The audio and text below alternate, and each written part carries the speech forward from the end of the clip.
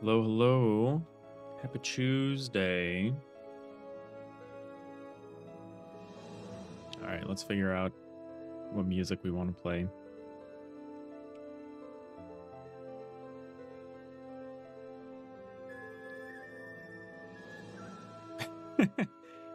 Sleep music's a little silly. Okay, I think I know. Pardon me. I'm like eating a lunch right now. I've got like a little plate over here of like bread and cheese and apple. I'm gonna do a real good job and not offend anybody by eating unmuted. I promise. Yeah, it's Tuesday. We're back. I definitely know what we're working on today. I don't totally just, go live and then figure it out as we go along here. That would be crazy. I certainly don't do that. All right, we're gonna play something a little more. Yeah.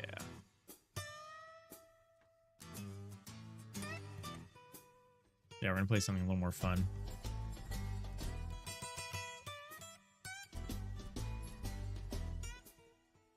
All right, well, let's see. What have I been up to? So, there was no stream on Saturday. I was showcasing. I was showing my little jam games in an event. Super fun. See if I can get some pictures.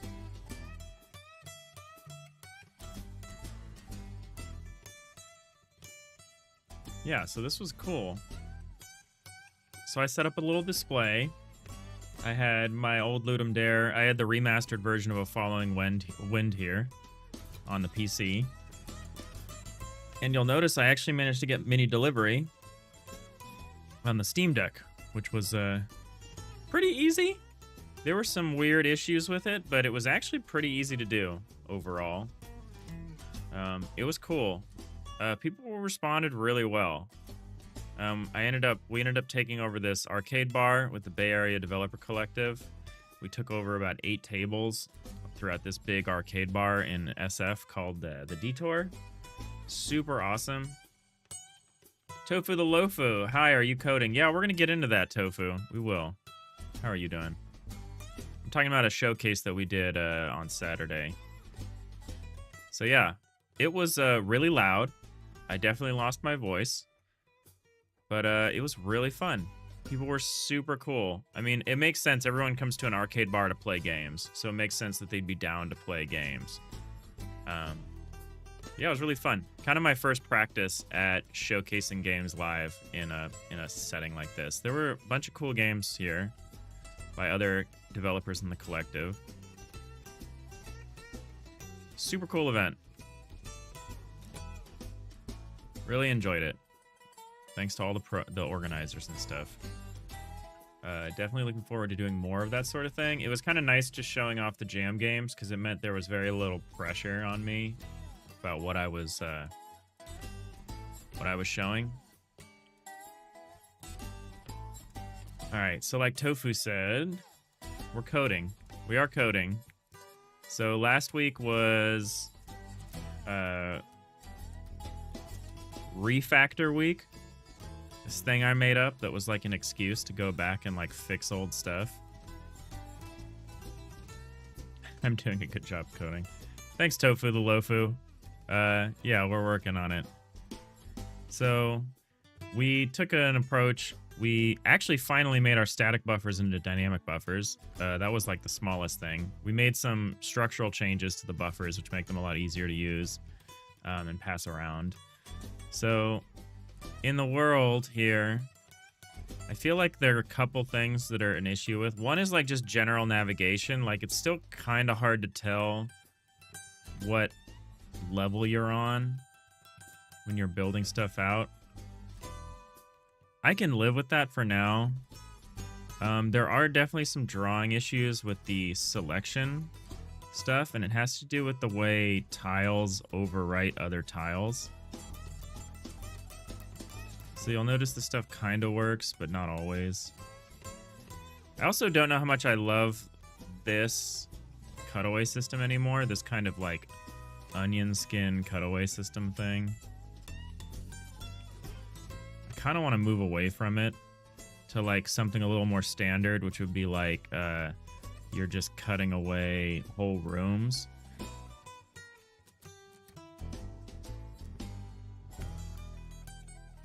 Cutaway is interesting, but it's kind of confusing. Yeah, exactly. Exactly, Tofu.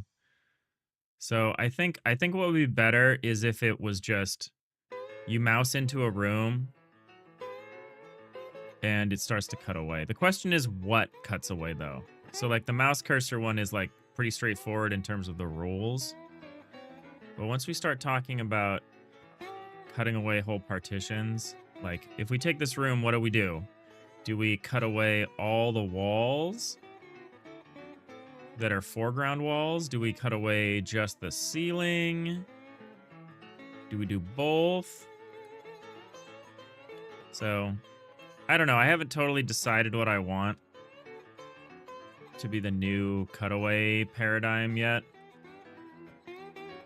What we should probably do is figure out why the fill system isn't working, because we have a flood fill system that should be telling us where the compartments are. And as far as I can tell, that system doesn't run anymore and hasn't for a while. This is tricky. What kind of levels are we creating with this? What we're doing with this is we're trying to do kind of like an isometric 3D version of FTL faster than light. Hey, Diginanigans, glad to hear the showcase went well. Yeah, it was fun. It was fun. It was only a few hours. I definitely have a lot of work to be able to like get to the point where I can do a showcase like that for like a whole day or multiple days in a row. That's kind of what I wanted to do, is I kind of wanted to just practice.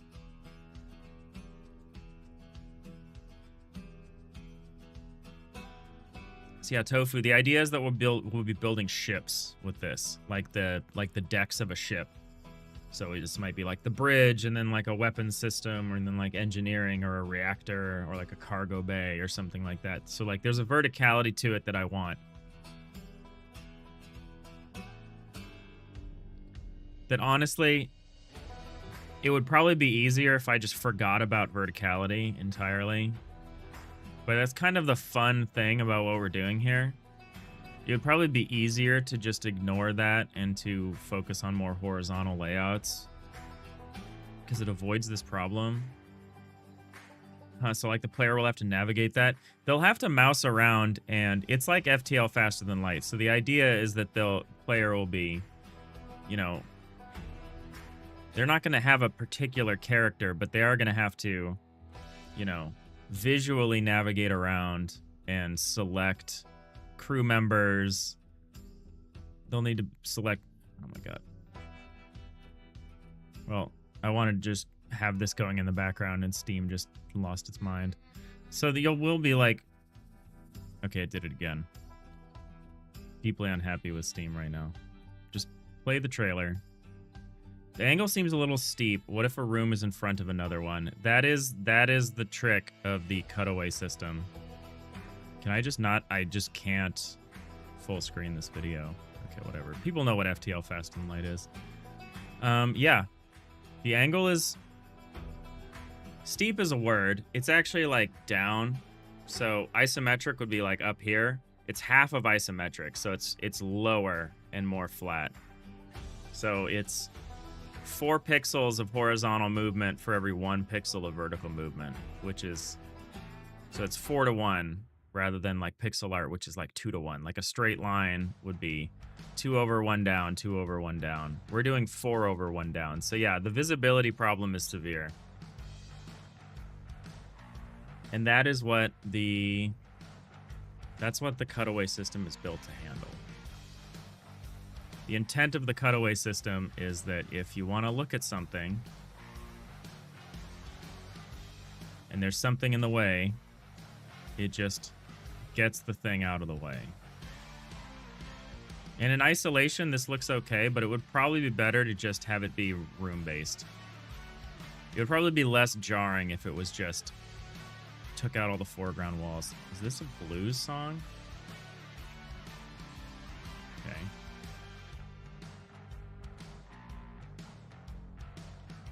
Yeah, room base makes sense. Yeah, I think we're heading in that direction. So I guess so there is a system we have in place that is supposed to be figuring out where the compartments are.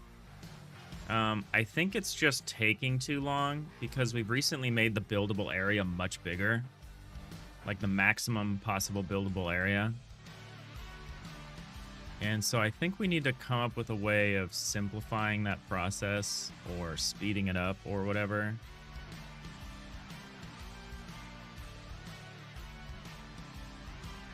Might even be okay to have auto cutaway if there's no room in front of it. Yeah, maybe.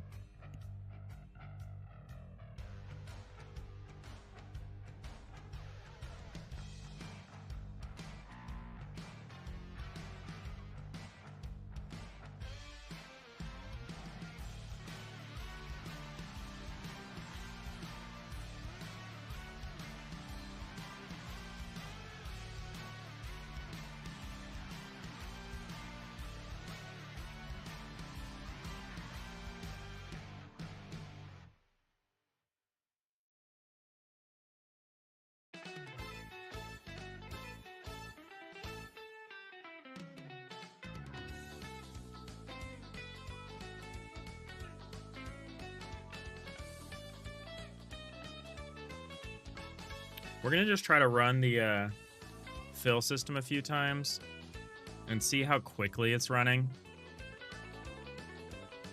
So it's running here. It's running again. So if I start to fill this space in with rooms,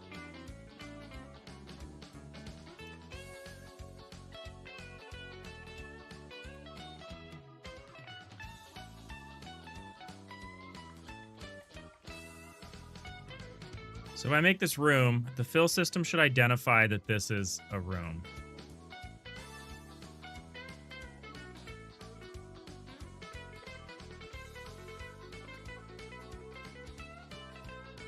A little hard to tell. I should have put a counter or something. So it's running. I'm just seeing when it runs again.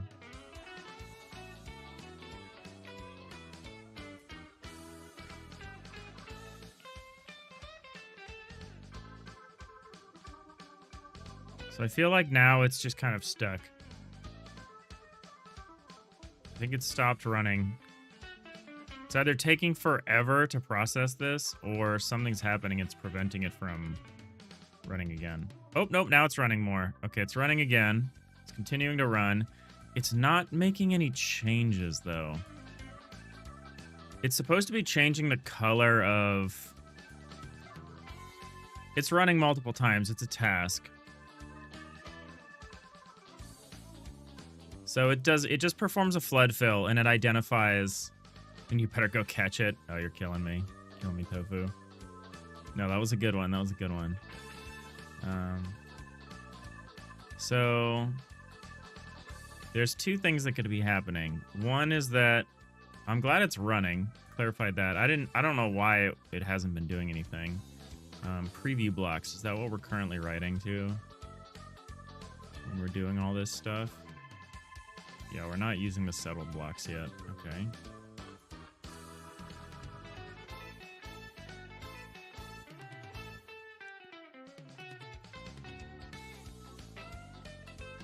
All right, so there's a number of things that could be happening. It could be that it's likely that we're just not using the information. Shenanigans to help with debugging and tracking improvements on the fill algorithm. Give it some measurable logs. That is a good idea, and we'll probably do that once we start working on it. I say purposely, but the fill system is the most naive, like non-performant way to do it. I know it takes about 30 seconds right now in a typical case, which is not great, but it's also deeply unoptimized. There's a couple of things we could do to optimize it. We could have it run on a subset of the overall volume. Like we could pass it in an axis aligned bounding box of like the area that's actually being used and should be considered. because that's the only area that could possibly be anything except exterior. But yeah, we should start measuring stuff if we actually start working on this system. For me, the problem is it's running, but it's yielding no visible behavior, which tells me that either it's not writing back the data correctly, or what's more likely, we're not using that data to do anything. Which is very possible. Didn't we literally just listen to this? No, it's a different song. Okay. When I thought I was going to get a blues channel, this is not what I thought I was going to get. So I'm going to change this.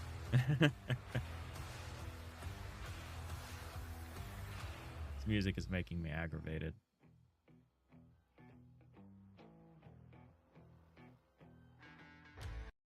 Play a more chill station.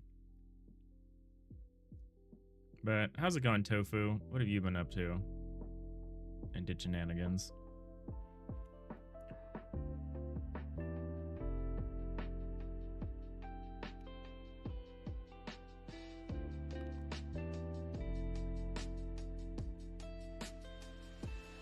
Should you code? I don't know. I didn't feel like working on stuff today, but I'm trying to be in the habit of just working Tuesday through Saturday. So I'm sitting down to code regardless of whether I feel like it or not. Should you code? Coding not good profession anymore. I don't know about that. It's definitely competitive. It's definitely there are more people doing it than there are jobs. And that might continue that way. So, you know, if you have a choice, I don't know. I'm not going to give anyone career advice. I don't know how you evaluate the current job market in the context of like what AI is going to do and like what the economy is going to do. And yeah, it's all bad. I say if you've got a job, try to keep that job right now. And if that means coding, then code away. I don't know. I think people are going to kind of get over vibe coding. Vibe coding at the moment seems like really not sustainable or good in terms of the output that you get. But I don't know. Maybe they improve it. So here's what I feel like is possibly happening. We're not actually considering the partition at any point. So a block has a partition. So block.isOutside tells us whether it... So what is this actually doing? All it's doing is saying, is our partition equals 0? That's all it's doing. Does our partition equals 0, evaluate to 0? And the 0 partition means that we're outside. It's also the default. So is it possible that we're not updating this? Or what's worse, is it possible that we're like constantly because it's and maybe there shouldn't be a default value here. I don't know if I have a constructor that doesn't take the partition. I guess I don't because I've made it optional. So my concern is the fill system should be updating the partition of the blocks, but it's possible that that's not actually happening. So let's see. So when we're doing the exterior flood fill, we update the buffer, the block at this span's index. The block with the partition equals 0. Block.has any, block.forms.solid continue. Yeah, fine. And then when we're doing the interior flood fill, we're saying the blocks compartment. We're saying the blocks partition is compartment or partition? I don't know. I guess it's equivalent. We have this thing called the compartment, which is the current index that we're in. So we're like flood filling. We purposely start on the outside so that the first index of the flood fill is 0, and that everything we flood fill from that is guaranteed to be outside, right? Outside. It's like not in any compartment or chamber. And then every partition, every flood fill we do after that necessarily starts inside a compartment. And we just go through that until we run out of compartments. And so right now, all we're doing is we're checking to see, is our partition 0? If it is, it's outside. Otherwise, it's inside some compartment. We're not really doing anything else beyond that.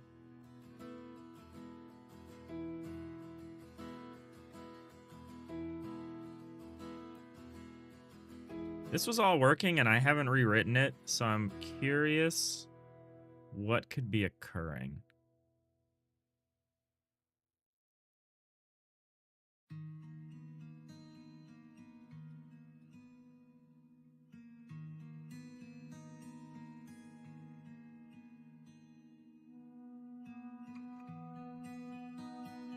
I'm just going to go through one of these. Block buffer.span. I'm just going to go through this, the calculate used bounds thing. And I'm going to add a simple if block buffer dot span I dot is outside. Actually, let's just, yeah, we'll say is outside. We'll say if that's not true, let's just debug the compartment. I don't even need the braces for that. Debug.writeLine.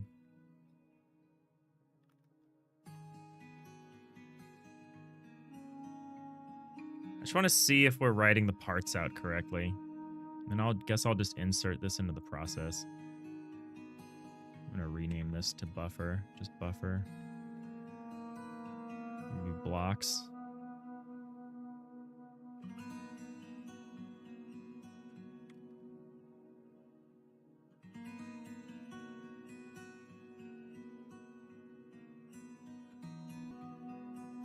So we're going to say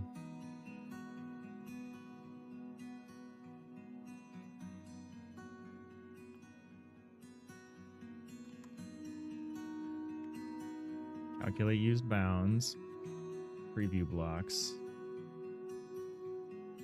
I work as a pro software developer. Not really. I do like HR backend stuff. So I do program as part of my job. I do develop systems and programs. But it's kind of like the way I accomplish my tasks rather than being like the thing that I develop professionally. I would call the fact that I program at my day job an implementation detail.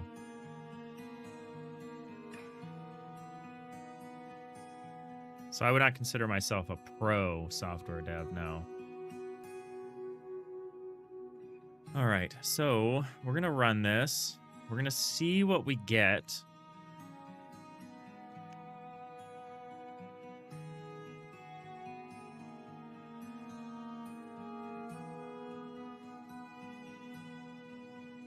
So if I make this a room here, I make a compartment, then eventually, once we've given the system time to update, we should start seeing things getting written out here. So we're just going to kind of wait a second and see if that happens. Might take a minute. So eat another piece of cheese with some bread. Hope everyone's having a good week so far. I'm feeling weird this week. I'm feeling like I really don't want to work on my stuff.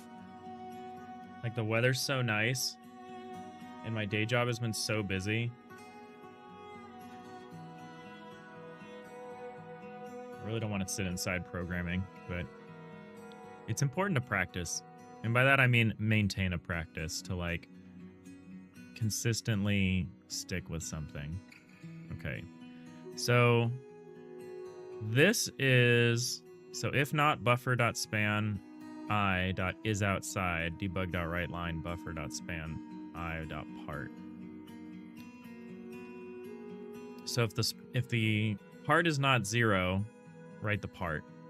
We're not writing any parts, which means all of these parts are 0. Which means even though we have a compartment here, it's not being treated as such. It's not being recognized. Which is weird.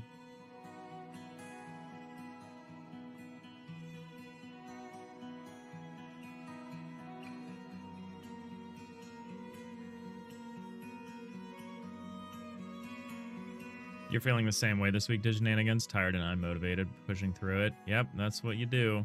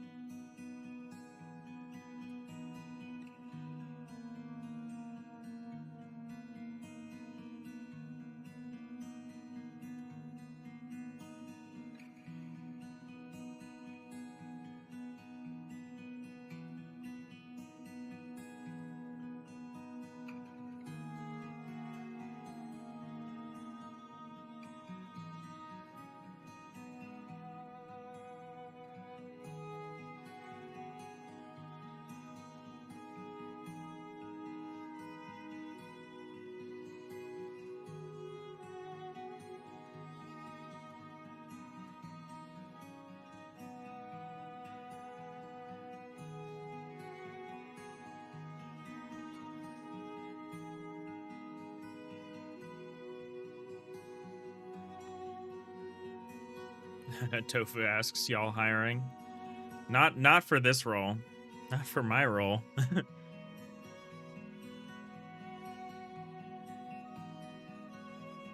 We're hiring for some stuff, but it's we're hiring for like more senior professional stuff.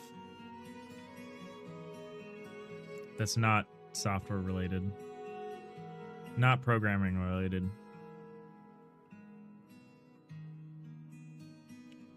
So it looks like all partitions are 0 no matter what, which is interesting. So I wonder...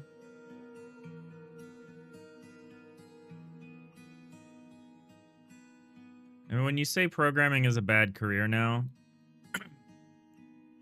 what I hear is that you no longer get paid 6 figures to do literally nothing. Okay, so yeah, partition is always 0 no matter what. So let's figure this out. Let's figure out why that's the case.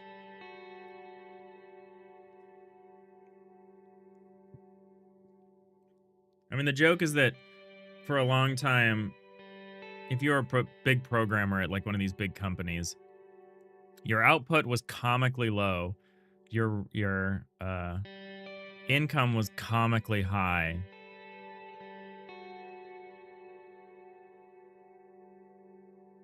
You were more talking about people who just can't even get a job.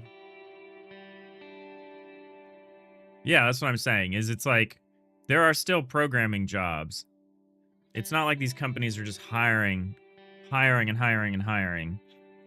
and paying through the nose just to, you know, get talent from other companies, from their competitors. It's a lot more competitive. And there's a lot of people who decided to start doing it because it was so lucrative.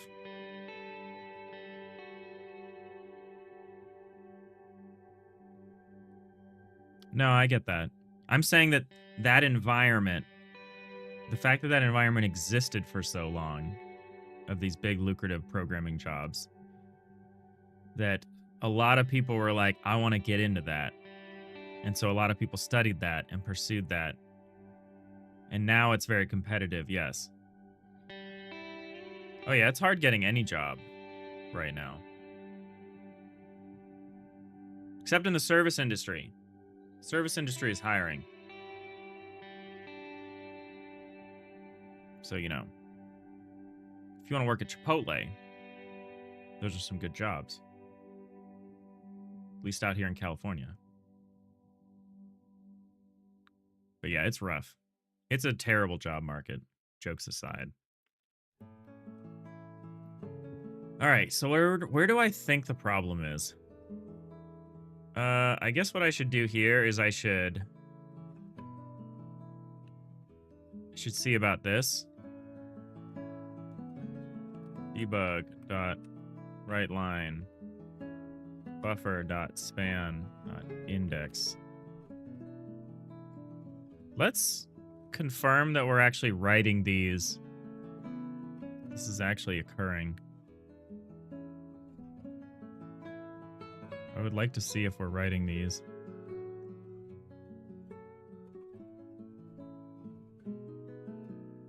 Oh, is the other... Did I leave the other debug line in place? Yeah, I did. Don't want that.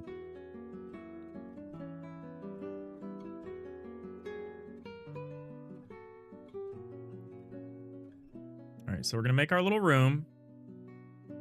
Same room we made every time so far. We're going to make our little room.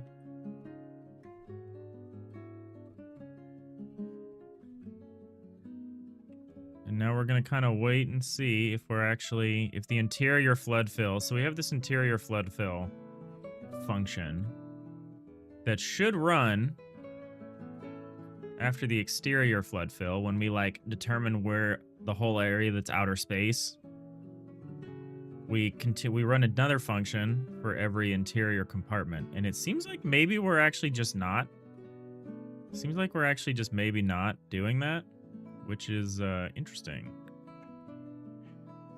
I still haven't decided how I want to deal with the selection, with the awkwardness of this selection grid. Maybe it's fine. Like, I'm upset by the way this looks, like this. But maybe we should just do more cutting away by default. Maybe the problem isn't this per se, the way the selection outline works. Maybe the problem is the fact that we insist on rendering this ceiling instead of cutting it away. Maybe that's the problem. And then if I'm up here, whatever, maybe that's just the consequence. If you... the selection thing shouldn't be left around very often. I undid my solution for these lines, the bottom lines here, because I wanted a more... It was like a carve out. It was like an exception, the way I was resolving this, and I kind of didn't like that. I wanted a more generic solution, or more general purpose solution, but maybe I'd just go back to that. I'm just stalling for time, just waiting to see if the flood fill thing ever actually fills this interior space. It looks like it's not, which is interesting. Yeah, it looks like it's never getting to this point. I guess the only way you tell that for sure is if you had a breakpoint.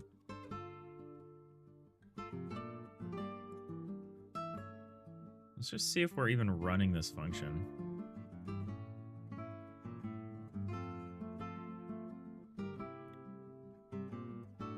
Actually, let's put the breakpoint here.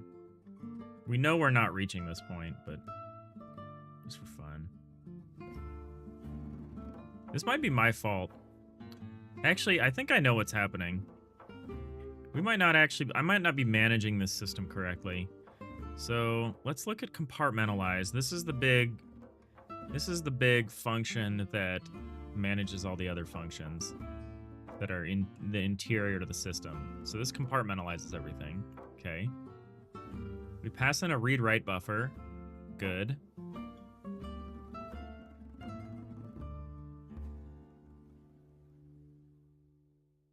Am I not? No, I must be. We use the buffer AABB to do stuff. So we determine an initial visited span by running the exterior flood fill. Then we eliminate all of the blocks that we went through. We increment the partition count. If there are no unvisited blocks, we just end. If we do have as long as we do have unvisited blocks, we pick a starting point. We make sure we aren't starting like inside a wall or something like that. And then, so let's just see if we ever run this function. I think the answer is no. And that's a problem. Diginanigans, if I have a selection that is below the ceiling and the ceiling isn't part of that selection, I feel the ceiling should get cut away so you can see the full selection. There we go. That's an intelligent solution to the selection rendering problem. So yeah, I think our cutaway system just isn't sophisticated enough. It's straightforward, but it needs to, you're right, it needs to account for things like selection. I didn't even have the concept. I didn't have an implementation of selection when we wrote the cutaway logic, so maybe we incorporate that. I would like to get the flood fill thing working first so that we can try out partition-based cutaways. But yeah, the selection is also good. That is a good idea. That also solves that rendering problem. And then if that's the case, we can go back to the little one-off solution that we had for handling the floor. So then we just have to handle the rendering problem with the floor, mostly. There are some issues with some of the walls, but we can work through that.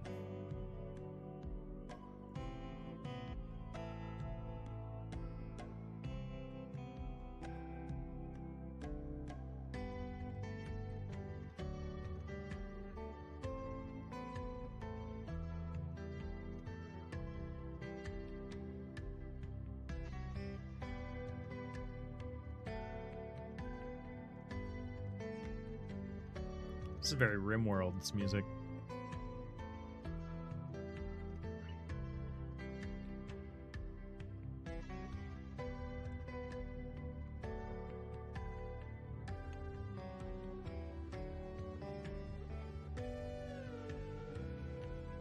Okay, we seem to be never hitting this breakpoint, which is unfortunate.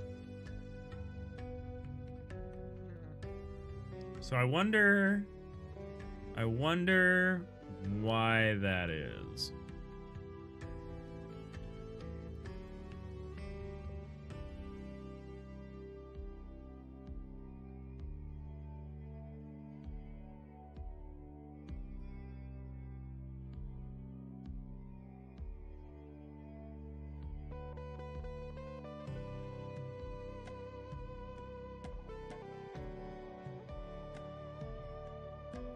Has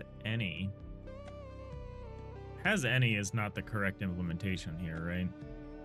Has any forms. For each forms, form, and all forms. If forms and form evaluates to form and has form. What? How does my has any implementation work? This is weird. I think it works.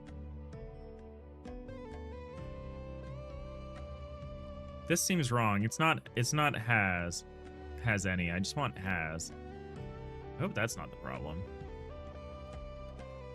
It's possible instead of evaluating the correct form, because forms.solid is like a collection of multiple forms, it's possible it's eliminating all of them because for just a given piece. Let me see if I use has any anywhere else. Yeah. This has any implementation could be wrong. I'm gonna get rid of it.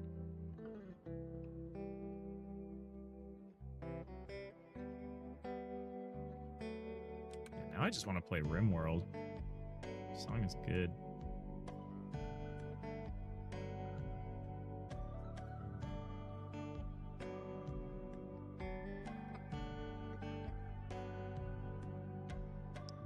Anonymo Productions. Hey, how's it going? All right, so we're gonna try this. It's possible that that was a weird choice that I made at some point without thinking about it. I don't think I want to continue with this has or the block.forms.solid. I don't know about that. That might end up being a characteristic the same way select is a characteristic. But right now it basically means any block that has both a wall and a floor. or a door? I actually don't remember. Solid. Oh yeah, it's wall and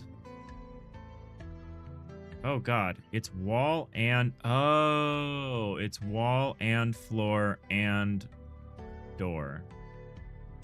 So it's the has any was correct.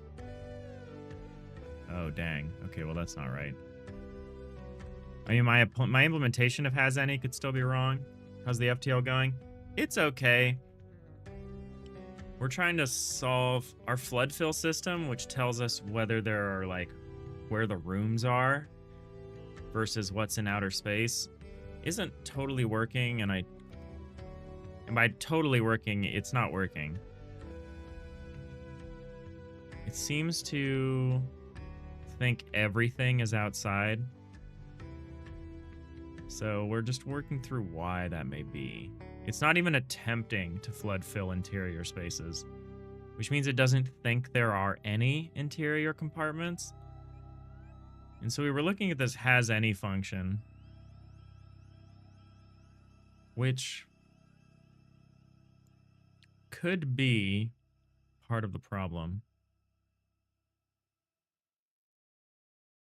So what this should do is it should say, oh yeah, no, this is super wrong. What I want is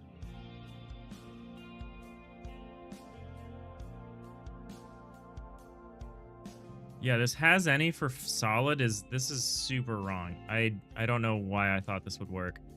Because what it's trying to do is disqualify any block that has both a floor plate, and either a wall or a door. So what if I just switch this to say both for now? Just for testing purposes. Both is literally just a floor and a wall, which is so stupid. I need to rename that something else. I kind of want to change the way doors work to be also considered walls, but like only conditionally. Like only if they're closed. Like if a door is closed, it's considered a wall, but if a door is open, it's considered something else. I don't exactly know how to describe that functionally yet, but how's it going for you, Anonymous?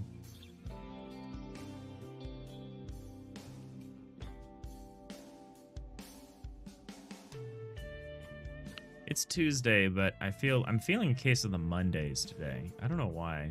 We were talking about it earlier. I just feel kind of burnt out. Just weird. Because I've slept good and stuff. Like, that's not the problem. Alright, so we're gonna run this test again. And the awkward part is we have to, like, wait for the flood fill to run now. And we're essentially just waiting for it to decide to run.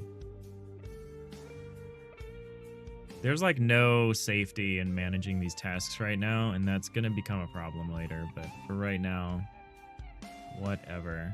So yeah, there was a good idea about, so if the ceiling is not part of the selection, we just hide that part of the ceiling. That's very smart. We would need to identify the minimum point of the selection, and we would need to just cut away from there no matter what, regardless of where the mouse cursor is. I do still kind of want to just switch to a room-based anyway, but both of those would solve the problem.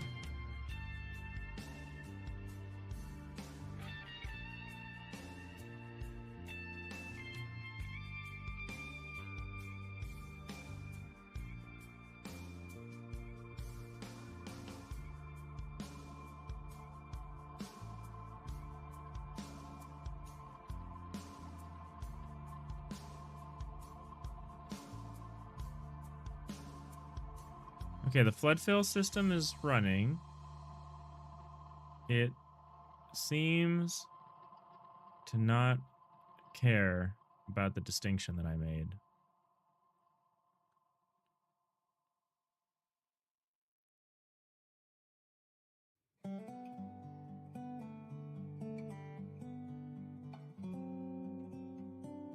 Okay, we're gonna go to here and see where we get stuck.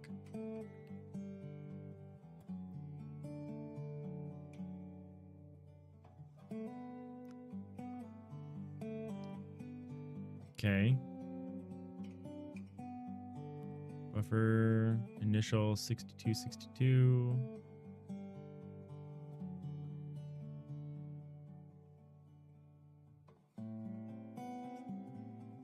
61, 60. So you're just running through things.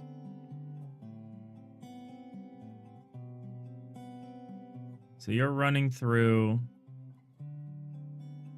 So these are all blocks that weren't visited. That doesn't make sense.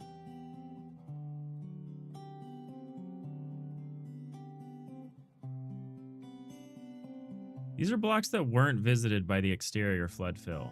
That's like the idea here, is the unvisited.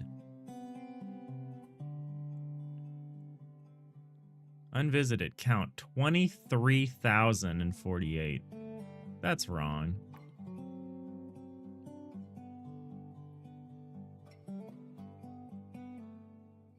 So we did visit 20,000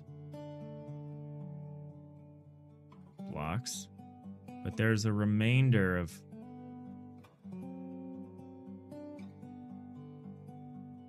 unvisited count is 23,048. Okay.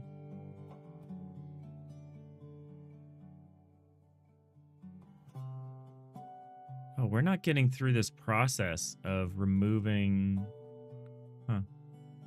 Oh, we got a spam bot. It's always fun. Time to ban the spam bot.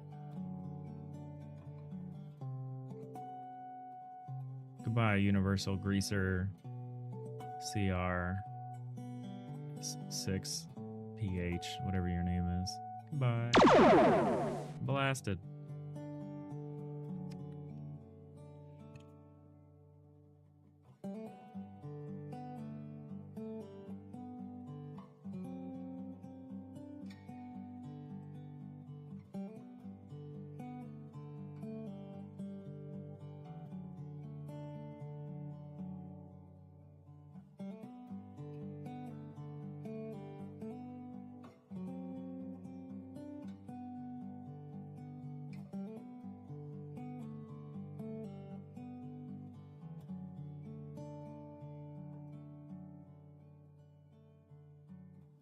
Anonymous, you banned them from your chat the other day too. That's hilarious.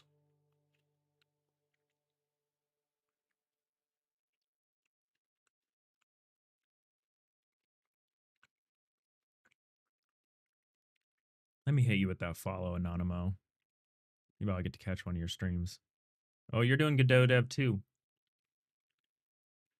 Are you doing a game jam right now? Or did you do one over the weekend?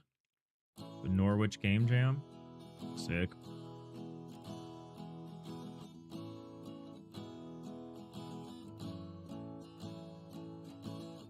Thank you for the hydrate. Let me get that hydrate right now.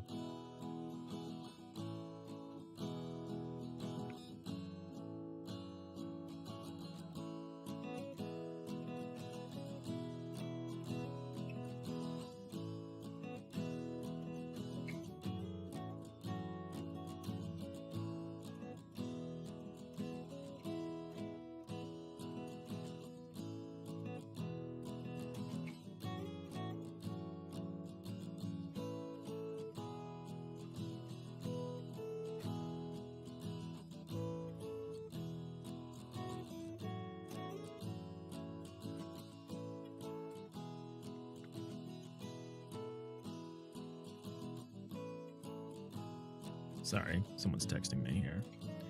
All right, back to business here. Starting on Saturday? Cool. How long a jam is it? All right, so this is concerning. So visited. This count seems weird, but still. The fact that we're not removing unvisited... Is the count different than, like... No, I should be removing. While unvisited.count is greater than 0, yeah. The initial is unvisited 1.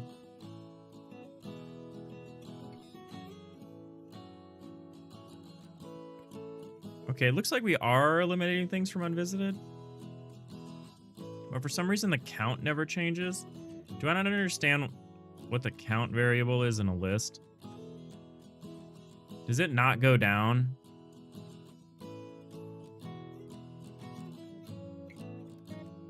Like when I remove at from the count, does that not go down?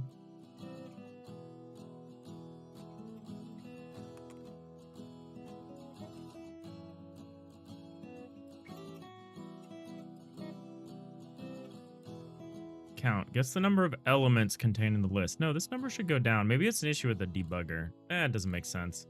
Yeah, it's not capacity, it's count. Count is like the actual number of elements in the list. So if I remove elements from the list, the count should go down. I don't know why. The debugger at least is not giving the indication, any indication that that's occurring, but whatever.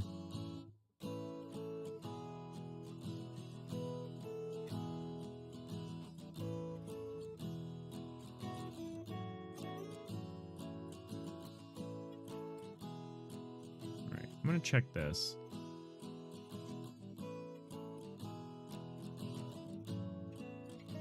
That's not actually a great place to check, but... Also the same week you began learning game dev? Oh, sick. You got till Monday morning. Nice. Is it a solo jam, or are you working in a team?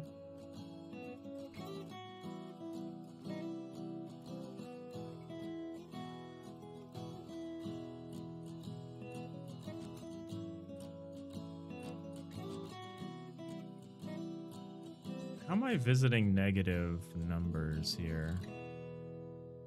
That's... Oh, of course. No, I'm supposed to visit negative numbers. Right.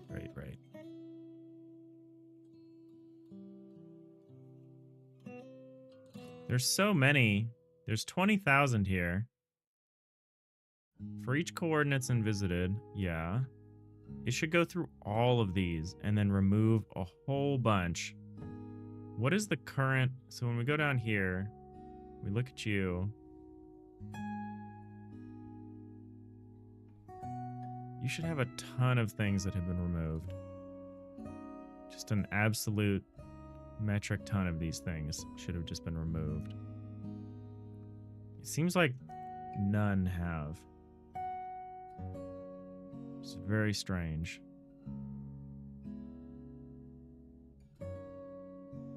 Unvisited. Visited. Yeah, what in the world?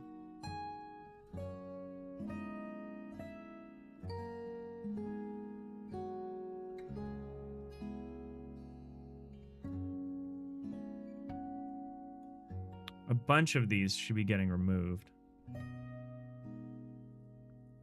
Just you? You're making something similar to Flappy Bird? That's fun. How long have I been working on this for? This over a year.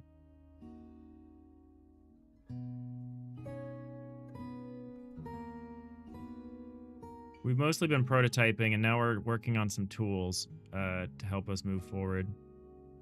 And I'm trying to fix some of these tools here.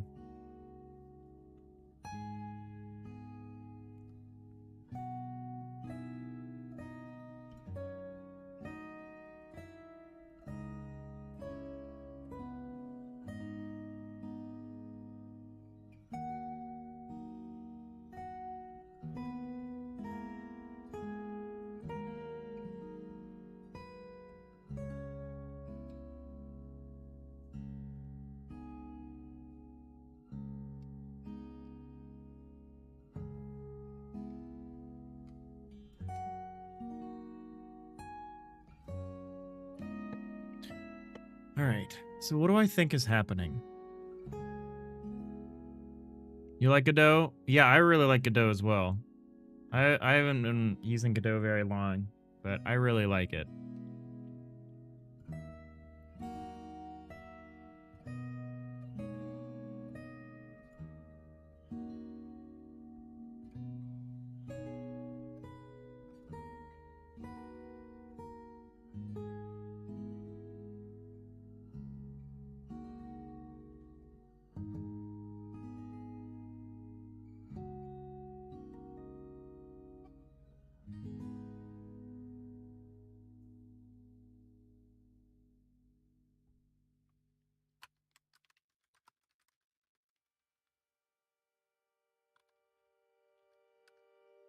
I want to see this number. I want to see this number go down.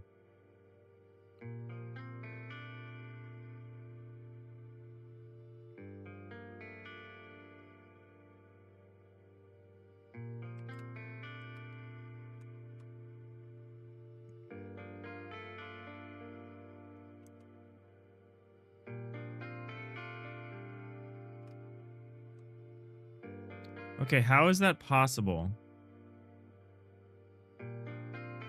How is it possible that even though we're removing things from the unvisited list, the unvisited count never changes?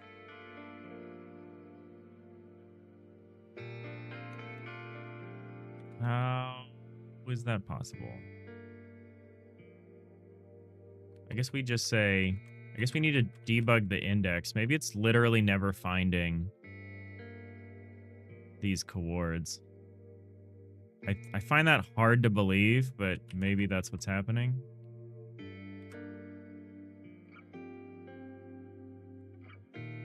Let's say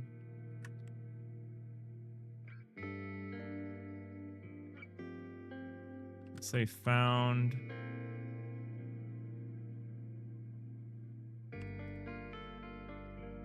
coords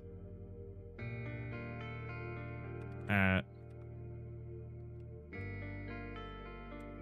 index.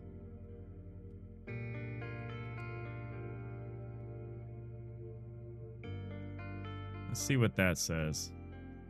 If we're just not finding them, that's kind of shocking, but I guess possible. Yep, that seems to be what's occurring. Oh, no, it's finding stuff. Not like a lot, but it's finding stuff.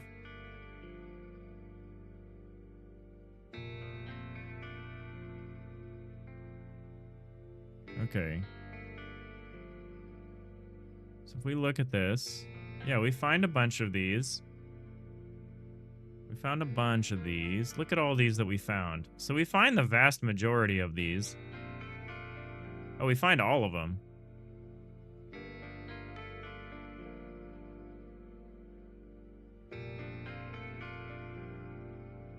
Okay. So we find all of them. So, since we find all of them, it would make sense that we remove them.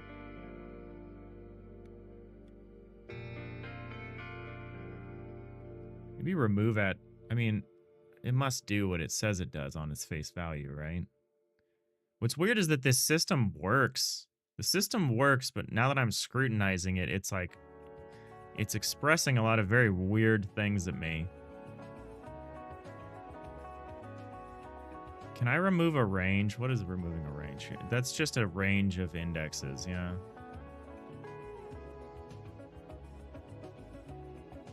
I can't exactly do that. I would need to do like span filling, or I'd need to do something weird to check that. So we're doing this super naively, just because I wanted a simple system that just worked.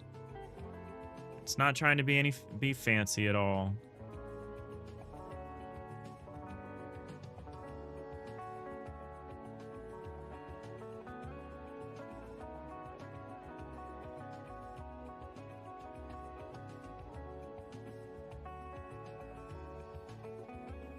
We're just removing it. The problem is we get through this whole process of removing all of these. And then we look at the list that we removed everything from, and it's all still there. Or at least its count hasn't changed, which is insane.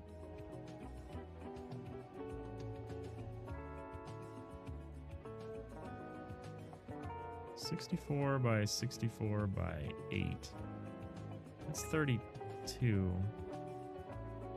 Why is the count the number that it is? It's a very strange number. 63 by... Oh. 64 by 64 by 8. Yeah, what?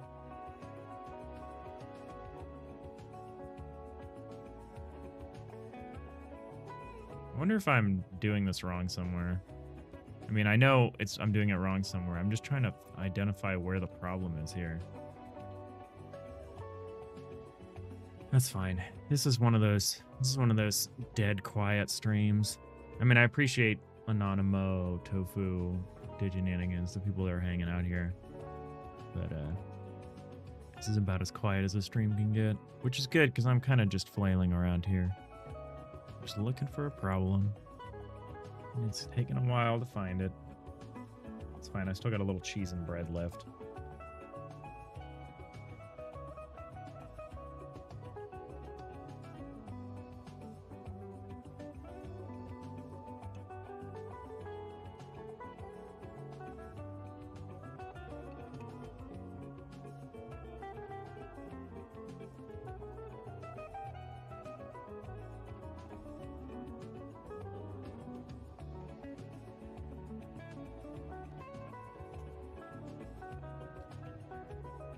Lock in. Thanks.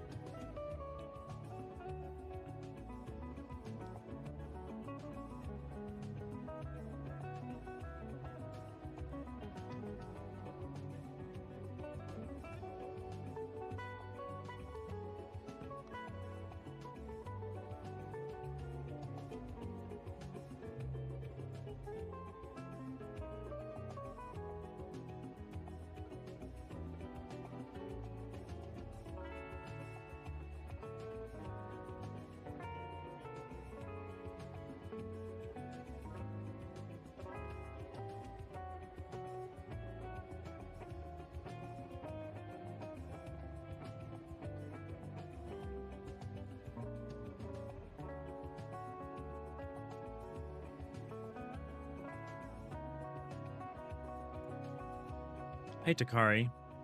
You're asking, what part of the game am I working on currently? Right now, we're working on tools. So we're working on what I call a tile block editor.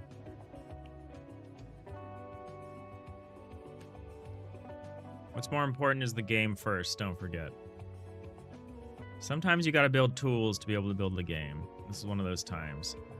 So we have this tool editor, or this block editor tool that lets us build these things. The foundation for what will be these three-dimensional ships. And it consists of a big editor tool and an auto tiler. And there's a flood fill system that is supposed to be letting us know where the pressurized, like, interior compartments are.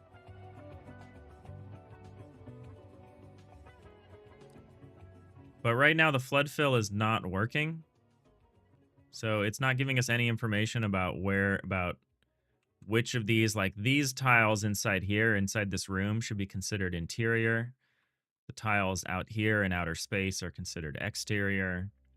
And the auto tiler actually will color the tiles differently depending.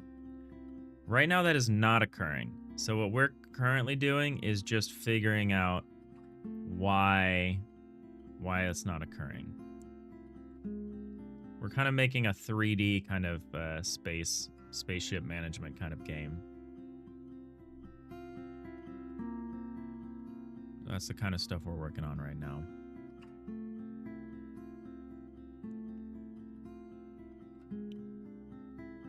So yeah, we're bug hunting right now. Oh, you meant the stuff related to the game over the Twitch stuff. Fair enough, Anonymous. Takari, that looks cool. Thank you. You write C# for work. It's kind of crazy for you to think that it can also create something like that instead of enterprise software. Oh, yeah. It's maybe not the best suited for this kind of stuff, but I'm very comfortable with it. It's the language I'm most familiar with. I tend to do like JavaScript during my day job, but I did about 15 years of Unity hobbyist development, so I got very familiar with C#. So I go for C# when I'm writing stuff like this. We have this flood fill system that's incredibly naive. It's like the most naive implementation I could do. And it's doing this weird thing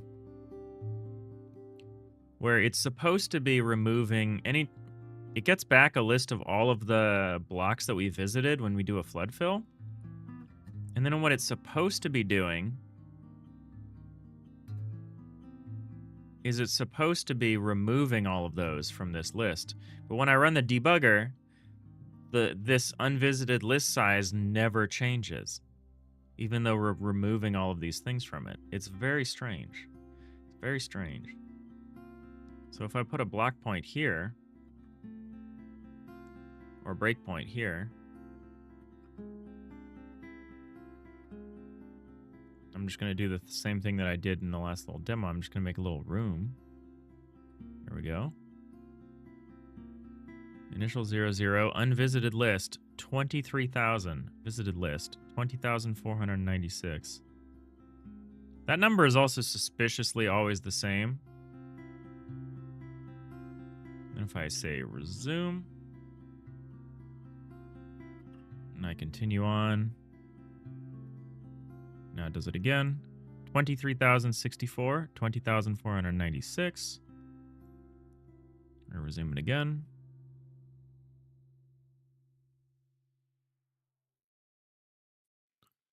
$23,064 unvisited tiles, 20,496 visited tiles. Continue it again. And now here's the part where the number should change. So actually the number should have been changing the whole time. 23,490. So this number never changes. Let me try to just erase this real quickly here. 23,064, 20,496. We're getting through the exterior partition. And then when we get to the interior, oh, it just never changes. Neither of these ever change, and it's very strange. Very strange. Very strange why we exist, why we live in this world where this is the case. I don't understand. I don't understand what you're doing. So we have a breakpoint every time we go through this loop.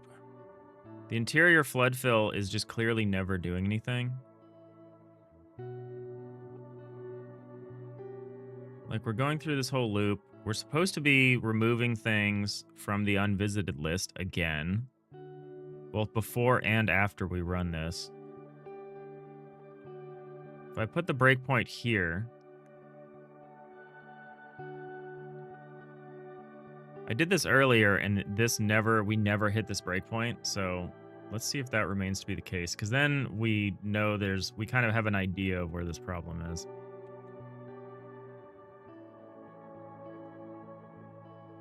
Yeah, we're never gonna hit the breakpoint, so I'll just mess around in here for a little bit.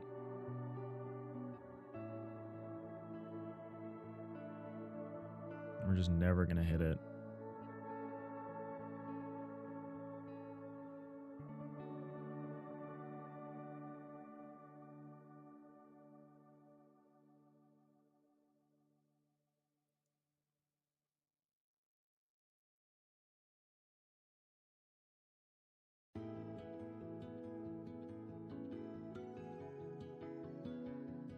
Yeah, I really like this radio.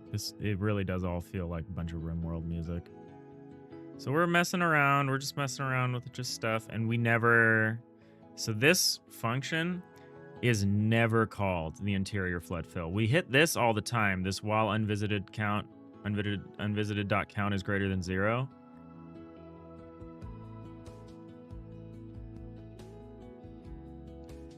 So how do we always get through here?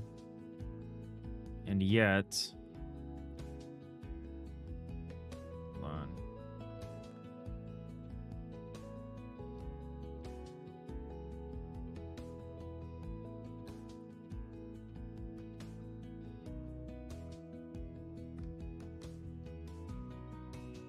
What is your count? That's what I want to know. So your unvisited count, 23,064, no matter what.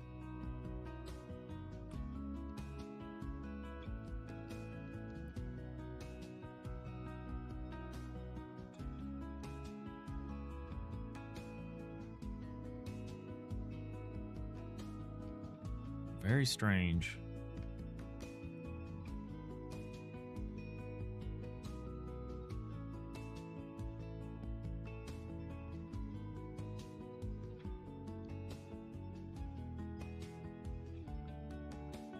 Should I maybe not be iterating the span this way?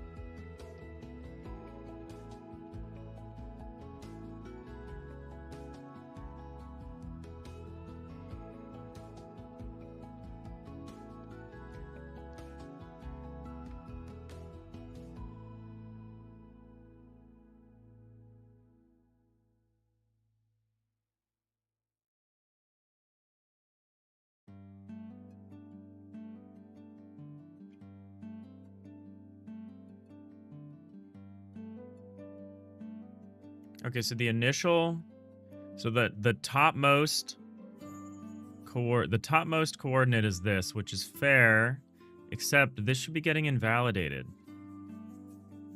It's weird that it's Z level 6 as well.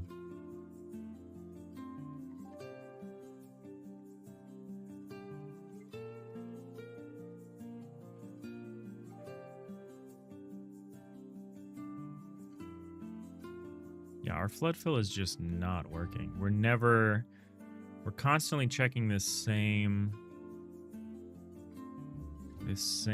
vector.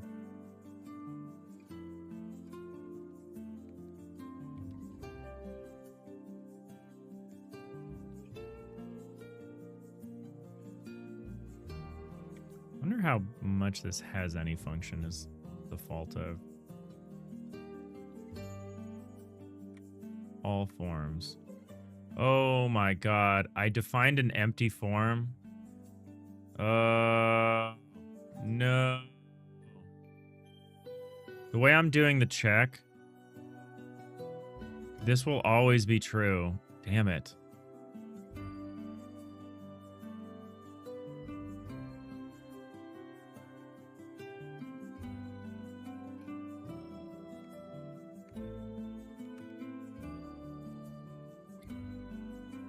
I don't know why I did that. I know better than that. You can't, if you're using a flags, like a bit field, enum, you cannot define the 0 case in there if you're doing this kind of a check, where you're going through and checking. Why did I add that? I added that for this for some reason. Block.forms.empty. I added it for the case of an empty form.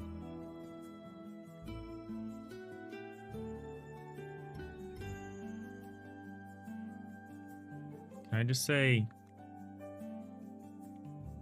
F? Takara, you would have done that. Nice to learn something. Be stuck completely here. Yeah, it's because I'm paused. The problem is if you do a bitwise operation like I'm doing here, here, not here. Where am I doing this? Here. So if you do the typical thing, which is you say form and form evaluates to form or whatever. If one of these is empty, meaning 0, if you say this thing and 0 and like the enum that's 0 evaluates to 0, that will always be true. So I'm saying that here. I'm saying for each form in all forms, if one of those forms is blank or empty, and it says, if this form and the empty form evaluates to the empty form, and it has an empty form, though this part should not be true. Oh, no, it will, because it's going to compare it to the empty form again. Yeah. Yep. Mm-hmm. Okay. Damn it.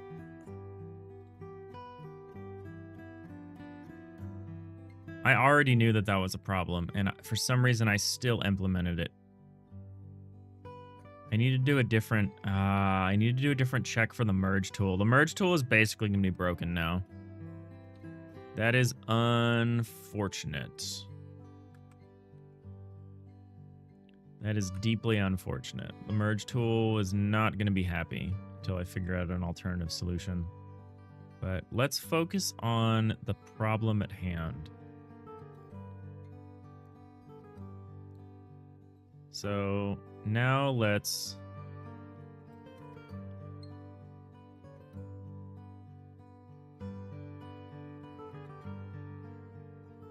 going to breakpoint this function, and we might actually hit this function now. So I think we were just passing through every attempt to do anything because of that check.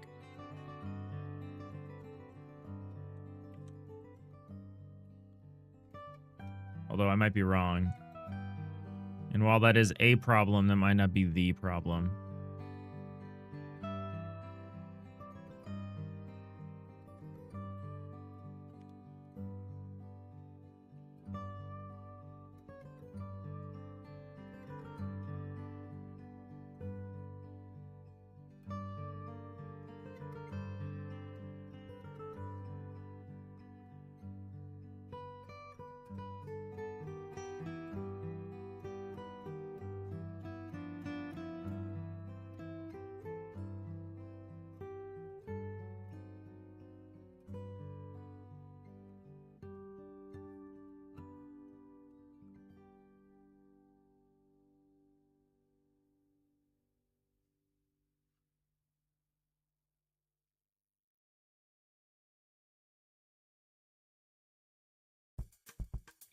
Okay, well, we're still not hitting this function ever, which is concerning.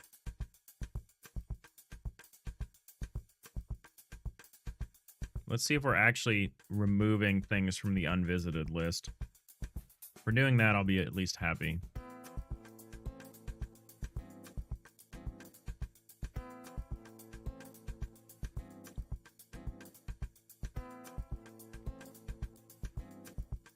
Somehow the block merge stuff is still just working, even though I removed that issue, or I removed that case. Weird how this is still working. Thought for sure I would have broken something.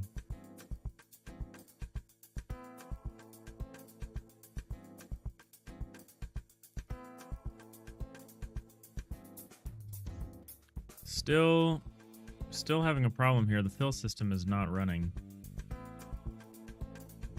Like, now we're not even getting here.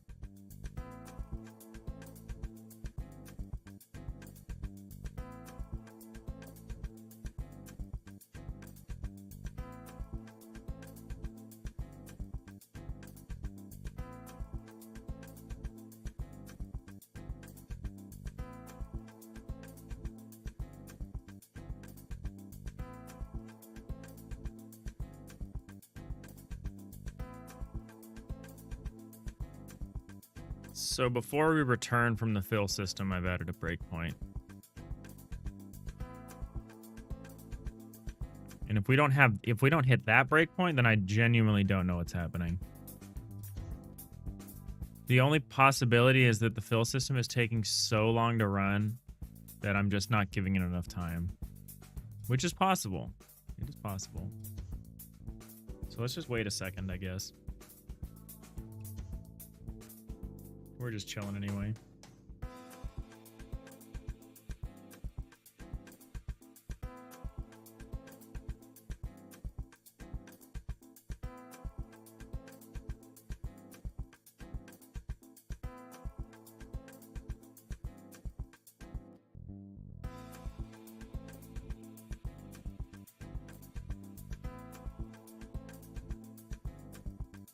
Okay, it seems to be working more correctly. The unvisited list only has 46 remaining, and the visited list has 43,514. So it's just too slow. It's probably taking minutes to run now, which is not practical. We need to figure out a way of shortening that. And I think I have an idea.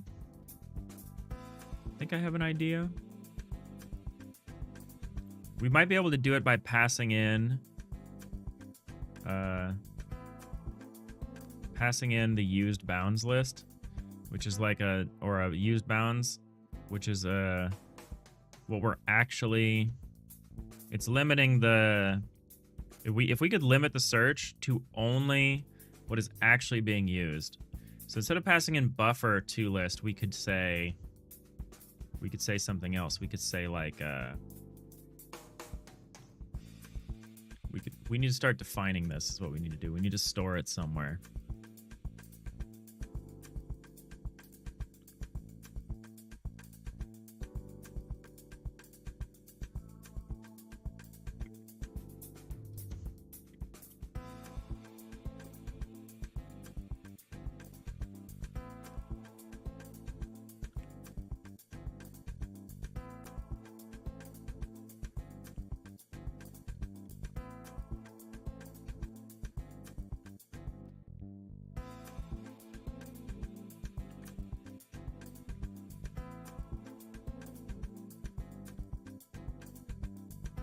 All right, we're going to define this used bounds. We're going to define it here. So we're going to say down here, up here, wherever the run function is. There it is. So what we're going to do, instead of just discarding the result of calculate used bounds, we're going to say world.used bounds.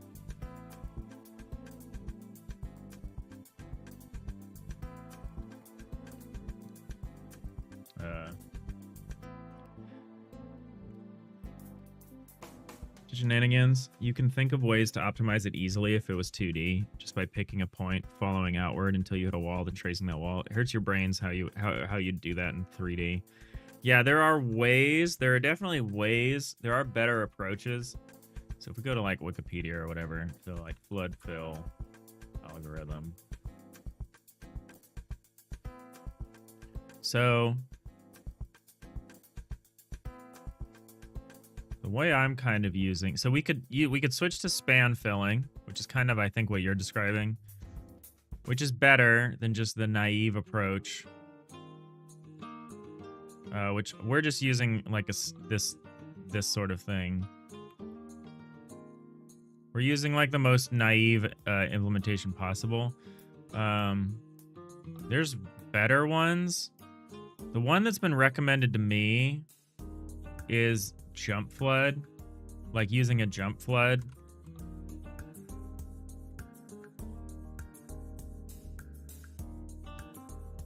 And this would allow me to put this into the GPU. It's also not perfect. And if we were running it often, we could probably deal with the imperfections.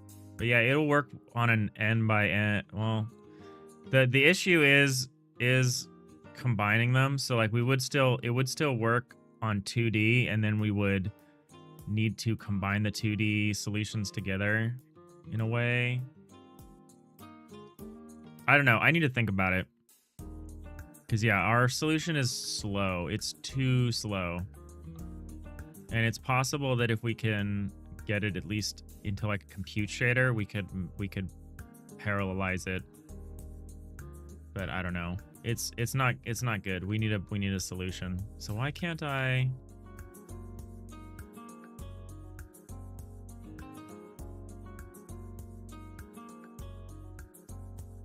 It's not letting me define that here. World.used bounds. Cannot access non-static property use bounds in a static context. Oh, is this a static function?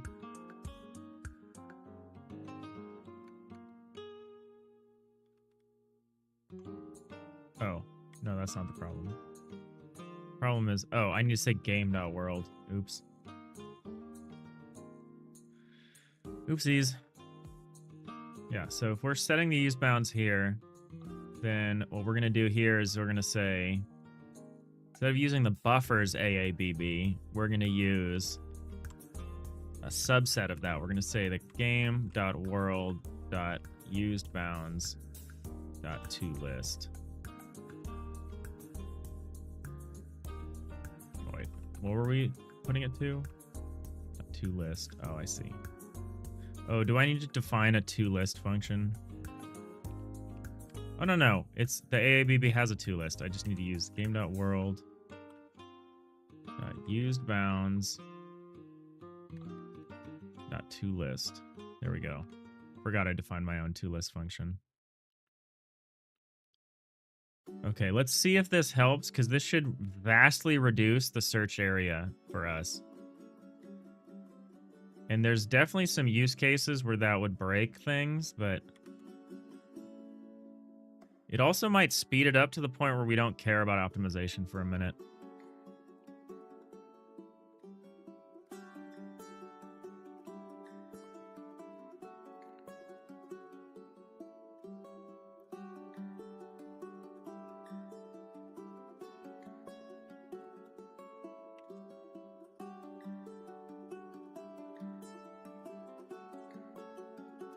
All right, so far nothing. It might be just a matter of waiting. So I'm gonna eat my apple, my last slice of apple here. I had a really great lunch just sitting here. It was like brie, bread, and apple. Just simple, good.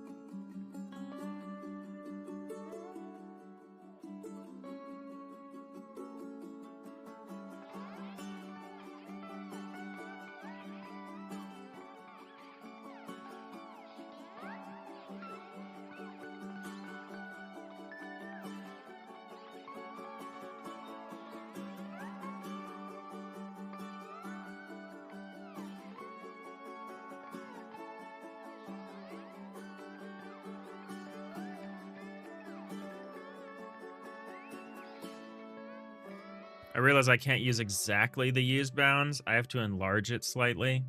So I need to say game.world.usedbounds.enlarge vector 3i.1.toList. Because we need to be able to flood fill around everything, or it's not going to work correctly.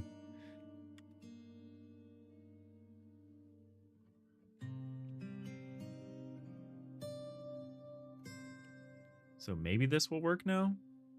It'd be great if it did.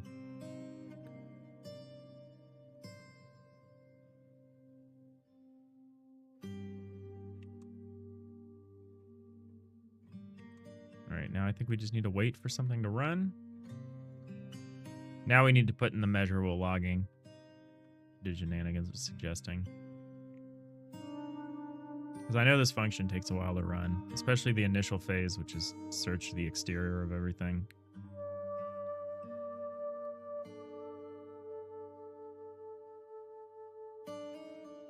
Come on. I know I need to be patient, but I cannot. I cannot be patient. I'm not a patient person.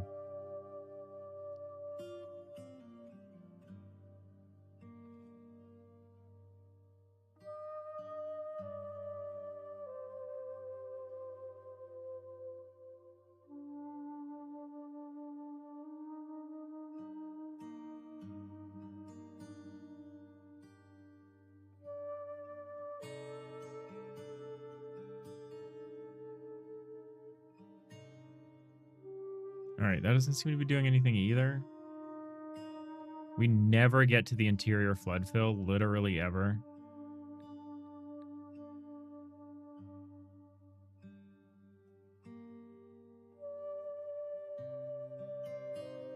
Oh, the has any is a problem again. I don't want has any. I want exactly has.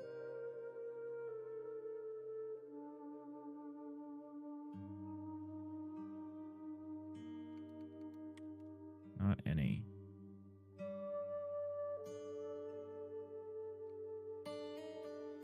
See if that does it. Means right now the door isn't going to work correctly, but that's fine.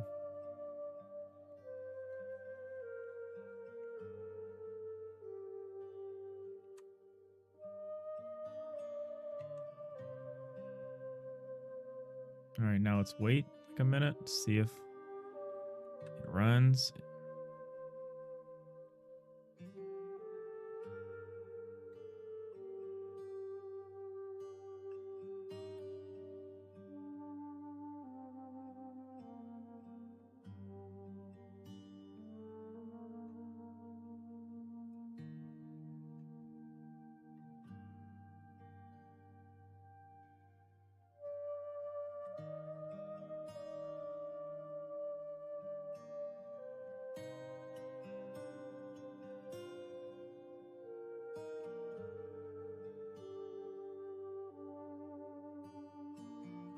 I don't know. It's not working. Just put a breakpoint here. See what's going on.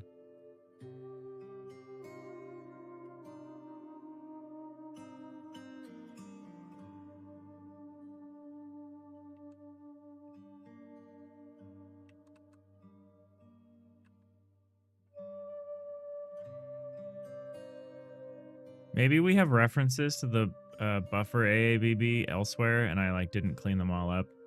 I just replaced it in one spot. Because, yeah, this is not good. This should be using the reduced buffer.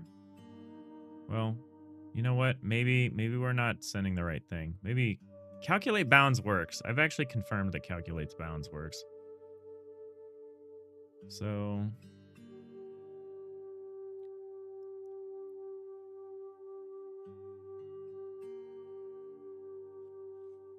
what does edit state mean?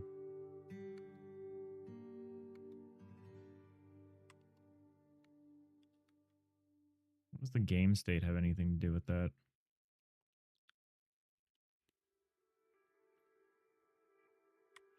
How did I write the isEmpty function? Ah.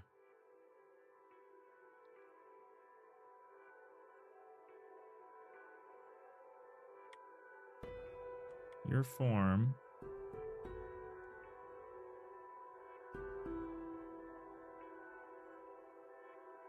should be 0.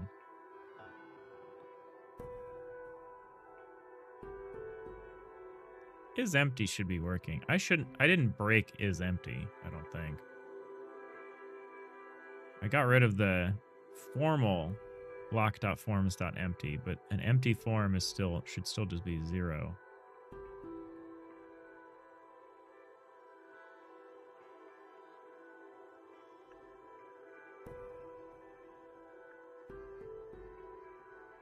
Where else could the problem be?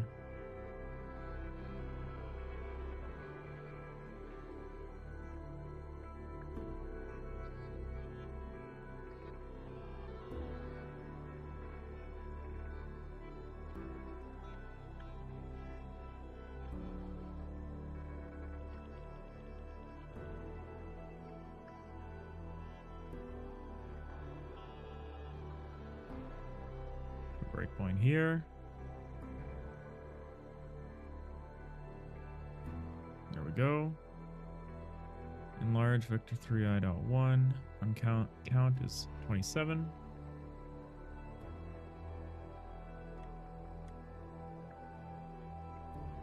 Oh, yep. Yepers.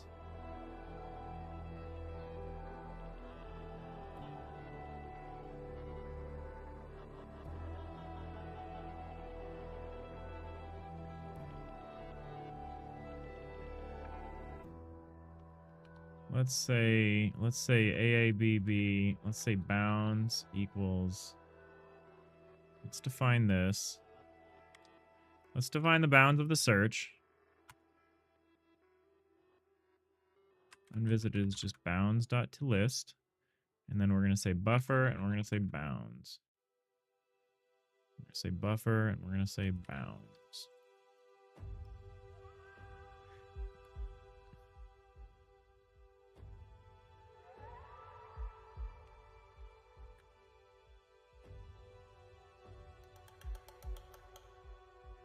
For now, we'll just say fill volume equals bounds.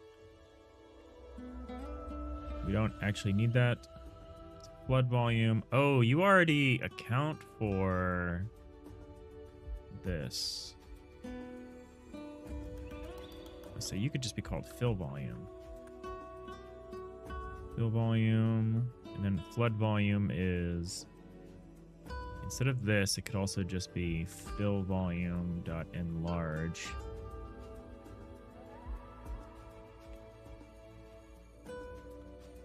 Okay. I was doing this a little wrong.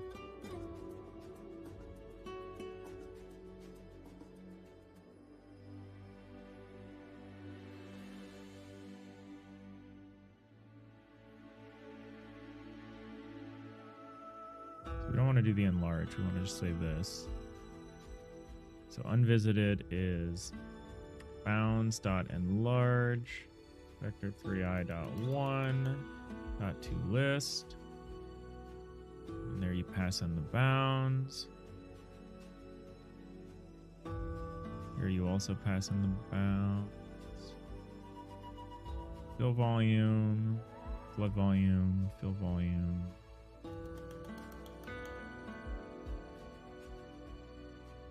Huh.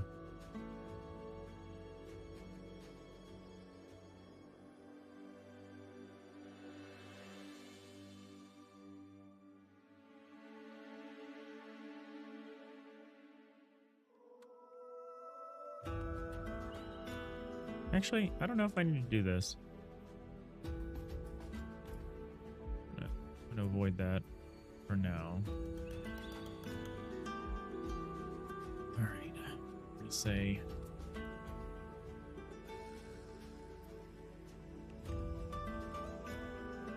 oh wait, where do the interior flood fill works way different than the exterior for some reason. Why is that? Flood volume get non-overlapping. visited. What? Oh, these are all the edges of... I see how this works. So you're visiting that initial...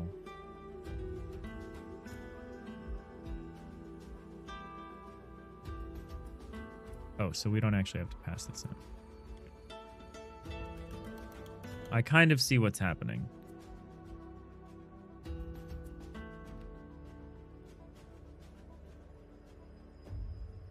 I kind of understand. Kind of can be good enough.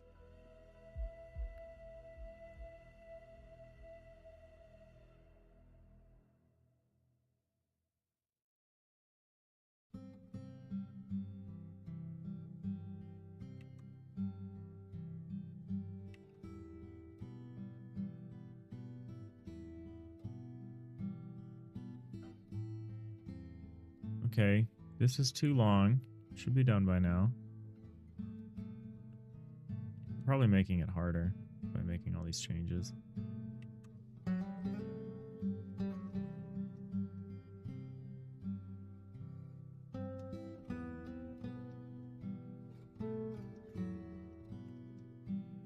Alright, what the hell? Yeah, we're not even getting to this while. I have a breakpoint here. I'm gonna move the breakpoint up.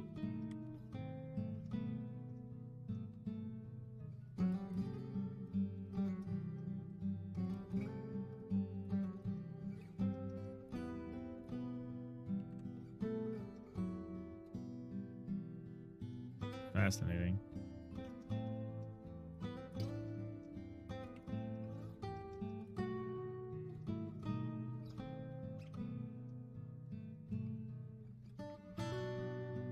There we go. All right. Bounds 0, 0, 0, 0, 0, 0. That's no good. 0, 0, 0, 0, 0, 0.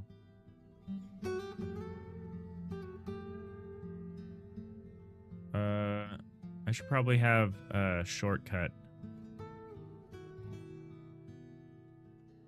Why did you check 32,000 blocks when you were given an area to check of 0, of no size, or a size of size 1?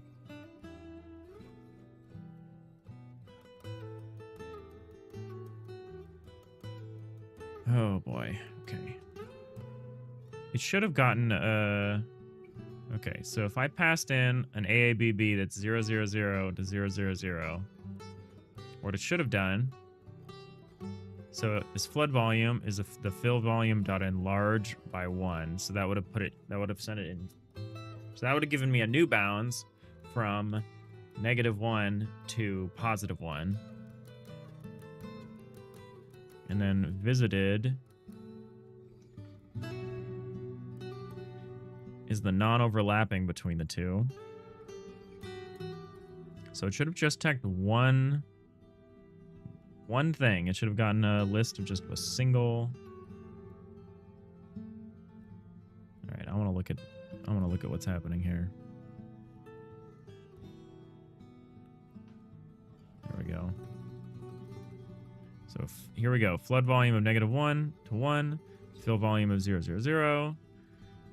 So this list, this visited count list is from -1 to +1. Okay. How is that the non-overlapping? Is the only missing tile the 0, 0, 0? Yeah, it is. Okay, okay. So far, so good. And then, so that's your stack. Well, the stack is greater than 0. And then we ask if buffer contains. So we pop the number off the stack. Buffer contains it. We're all good. This buffer doesn't contain it. The buffer that's being passed in. Oh, the buffer contains all of these.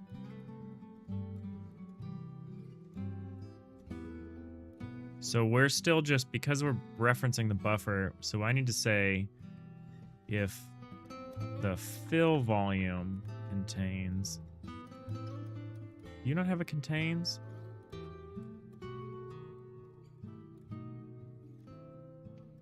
Yeah, it's encloses. Okay. I think I like contains better than encloses. I don't know why I went with encloses. All right, well, regardless, what we're going to do is we're going to say if the fill volume encloses these coordinates, or is it the flood volume?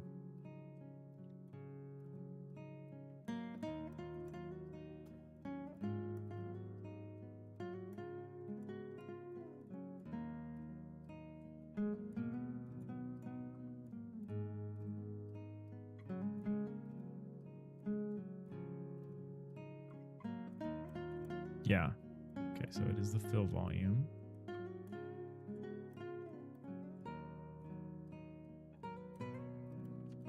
Okay, yeah, so we've switched from using the buffer to be our container to this used bounds things. So we need to actually swap that.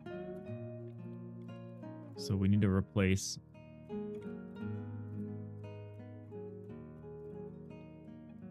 and not visited. Visited. Okay. I'm going to swap encloses to contains, I think.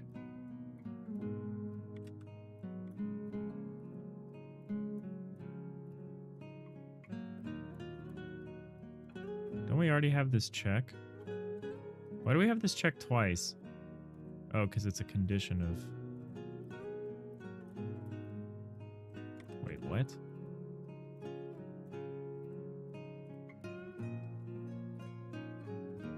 So we have this, if buffer contains this coordinate, we do all of this stuff. Right? Fair.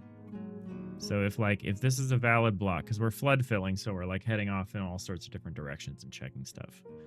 So if we've added this point to the stack, now we popped it off, that's our coordinate that we're checking now. If it's contained, we do all of this stuff.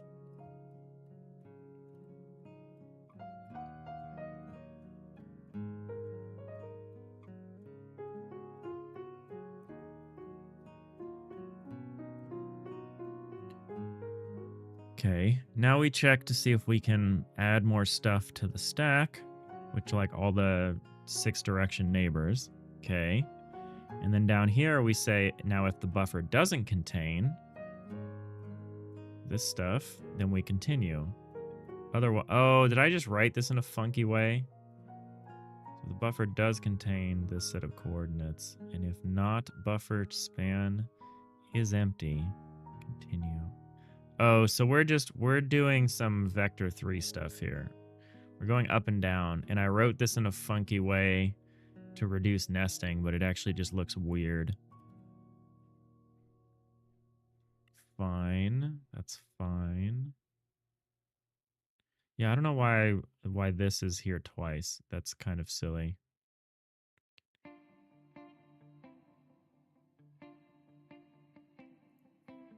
I can get rid of this.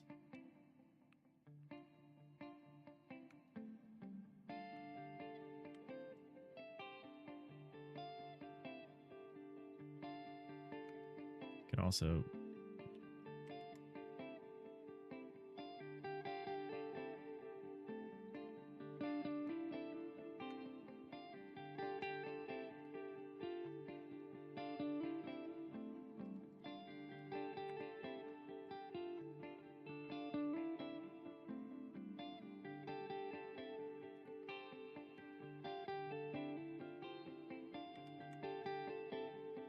So if any of these statements aren't true,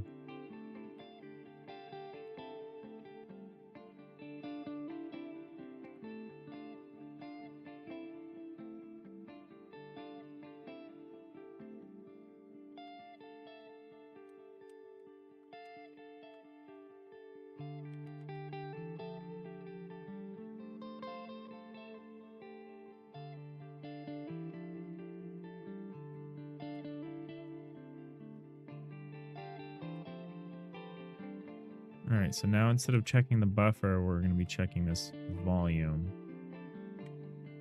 Because the fill volume will always be a subset of this. All right, and I am going to refactor the AABB function here. So this one encloses. We're just going to rename encloses to be contains.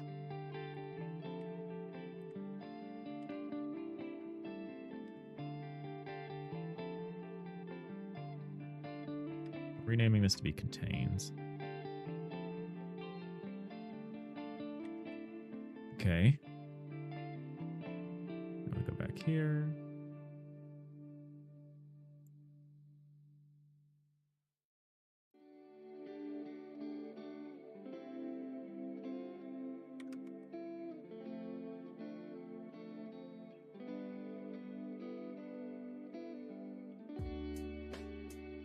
And what's the really crazy? All right, so here we go. Bounds 0, 0, 0, 0, 0, 0. Blah, blah, blah, blah, blah.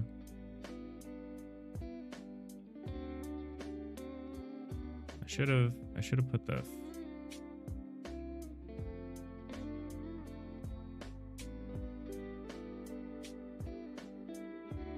So we visited all these coordinates. Unvisited is bounds.toList. Unvisited count is 0. Unvisited count should be 1.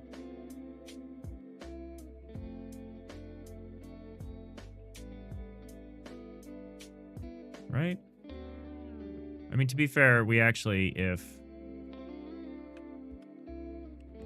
bounds...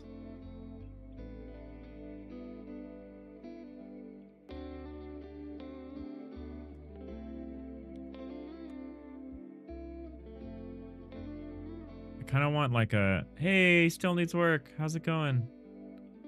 I kind of want like a default. I guess that I can just make that check, right? I can just say if bounds is equal to default, return. Just to prevent that from happening. All right, let's change a bunch more of this stuff. The risk of breaking something.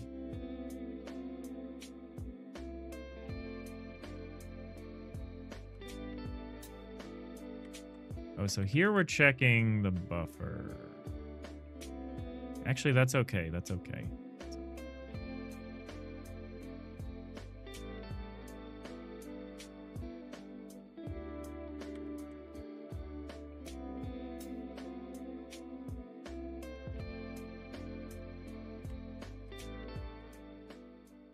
I'm gonna just write this the weirder way. Pretty good. How am I doing? I'm okay. I'm really not feeling the work today. One of those days. We've been fighting a bug the whole stream. But I'm trying to stream every day regardless of, you know, you don't always feel like it. I hope everything's good for you. I hope finals, exams, and all that stuff went well. But yeah, to me, streaming and more game dev in more general, I'm trying to just treat it like going to the gym. I'm trying to just be in the habit of doing it, whether I feel like it or not, you know. And it's okay, because it's actually been a very quiet stream. We've had a few people come in, but it's been very low-key. And, you know, that's good for me sometimes. It's going okay for school? Nice. That's good to hear. All right, so we're going to see if we've accomplished any of the things that we want to accomplish here. Oh, so what we want to do, so we actually want to do is we want to say if bounds, let's say if bounds.size is equal to 1. Oh, bounds.size dot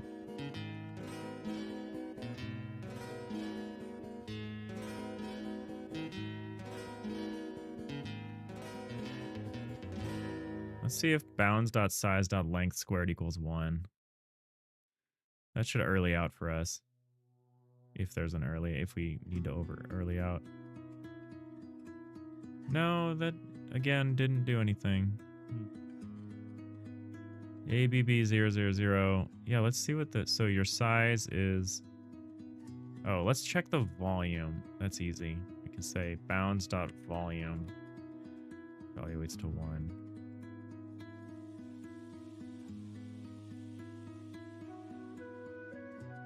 Okay. All right. We've handled that case. And so now, okay, good. So now we have a thing we're flood filling. Even though it's just a 2x2 grid, that's sufficient for our purposes. And so we do an exterior flood fill, and then we're done. All right, so now what we want to do is we want to check the case of there actually being an interior flood fill. All right, I think we're finally getting somewhere.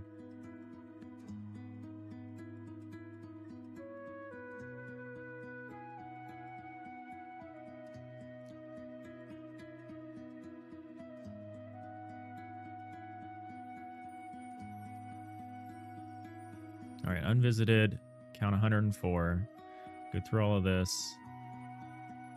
I guess I'm misreading this. It's giving me the unvisited count, not line by line, but it's giving me the state of the variable at this point in the execution. I'm just misreading. Yeah, I remember how to read these things.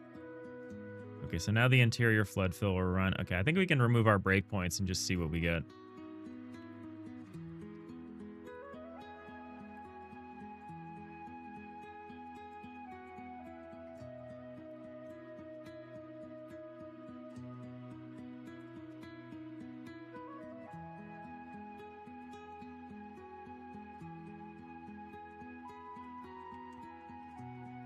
Oh, it's doing it and it's fast. Look at this. Oh, don't even need to optimize it now. Because we're not checking the whole search area. We're only checking the parts of it that we're actually using. Get rid of that.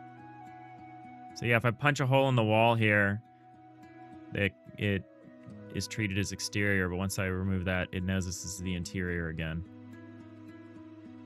Now, why did we need that? What were we trying to do? Oh, the selection looks weird. The cool little selection effect I have doesn't look right when we're talking about the interior. That's a shame. We'll figure that out. This is temporary anyway.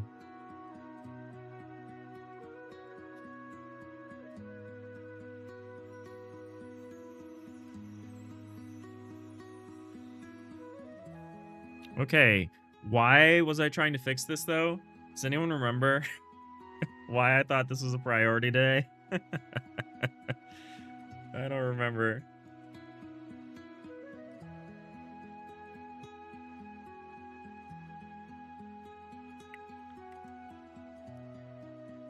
Oh. So this is broken now. We don't have an empty form. Can I say this? Can I say incoming.form? Can I say block.empty.form? Will this work? Will this not work?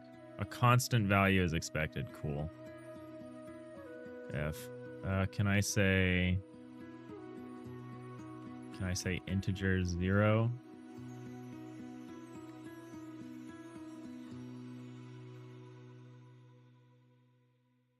Or can I say block.forms 0? No. Well, let's just see if 0 works.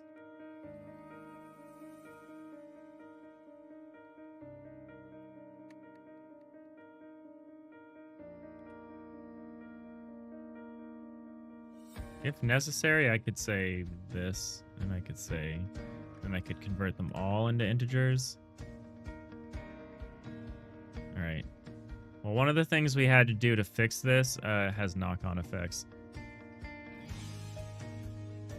Diginanigans, glad I got the flood fill cleanup. Yeah, thank you. Diginanigans, about to say you're heading out. Take care. Good luck on cleanup. That's a couple bugs with it. Yeah, thanks. Yeah, we've caused some unintended side effects by fixing this. That's true. So, yeah, hope you have a great rest of your day. Take it easy.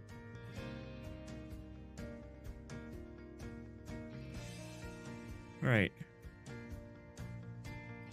Oh, excuse me. Sorry. I'm just tired. I don't even have a good reason to be tired, frankly.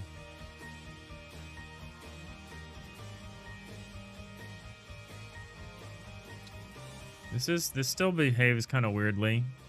I need the flood fill to keep running. I need the flood fill to run regardless of the editor cycle. The editor cycle. Let me see about that. Main system.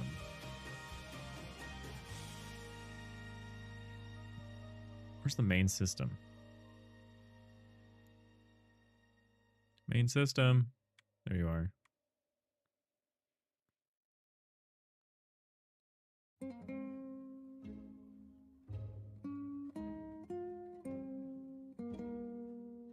I'm gonna just move this outside of that check.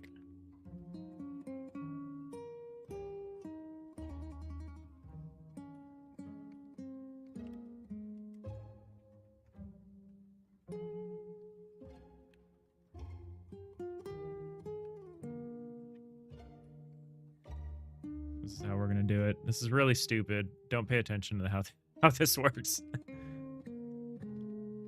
It's also incredibly naive and dumb. Alright. That should solve that weird graphical issue that happens. Because I only run the tool system when there's an instruction that actually comes in for the tool system. But I actually want the flood fill to run all the time. Because the flood fill might get changed by all sorts of stuff. So I just want it to run.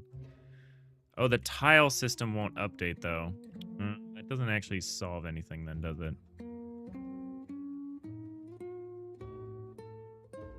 It seems to be better.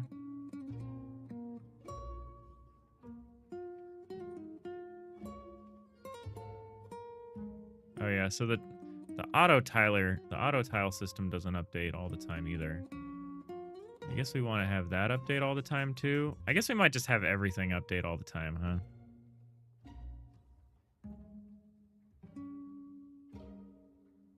The tool system I could limit. I could limit the tool system. So let's say tool system runs only in this case. And then let's just have the tile system run all the time. It should certainly run before the fill system runs.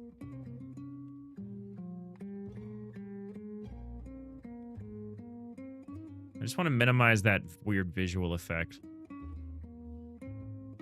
It should no longer happen now. Because now the tiling system should be updating constantly. Yes, it's a little weird, but it's about as responsive as it can be. Kind of weird. Something happens right here at the edge.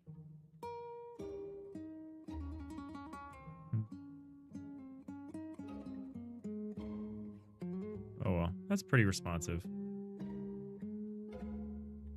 The door, yeah, that doesn't treat the doors as inside anymore. Can I? No, I have to figure something out for that. Doesn't treat the doors as being solid for flood filling purposes, which it should only be conditionally doing that.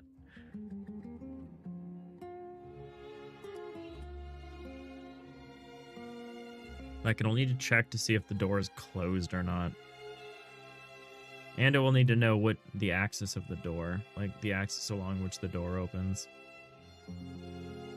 Okay.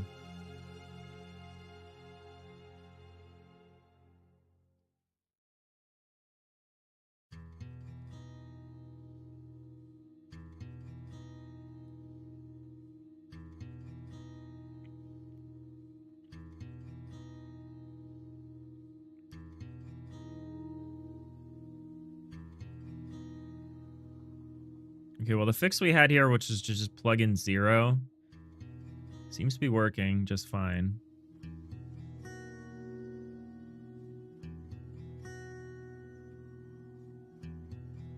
I couldn't tell, but it didn't cause, well, I mean, it didn't cause any crashes. So what we do need to do is we need to figure out, so we had this has any. It's not a has any. It's like a has all, which is just all, has is has all by default. If you just pass in a plural form, a multifaceted form. So if we want to be particular about this, we need to say if it has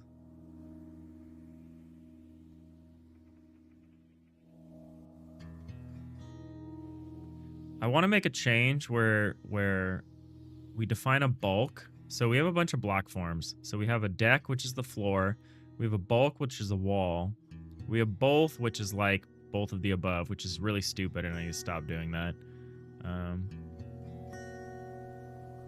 We have a door. And then we have solid, which is unfortunately the way solid is set up is it's like deck, bulk, and door. But what I actually want is I kind of like this deco tile. Deco means like it's just decorative, this block, which is going to mean that it's like it might be a wall, but it's not like it doesn't form a seal. It's not like it might be like just a corner piece or something that's like or a half of it's something that's decorative but not structural. And I want that. And I also kind of similarly want like and the way that would work is it would say, this is a bulk and it's decorative. If it's a decorative bulk, then it doesn't form a seal. Because it's like, it might be a wall, but it's like maybe perforated or it's like maybe it's slant or something. It's something that wouldn't form like a tight seal. And I kind of want to do the same thing with door. So if you have a door, it also reads as a bulk because a door is a bulk. But I don't know.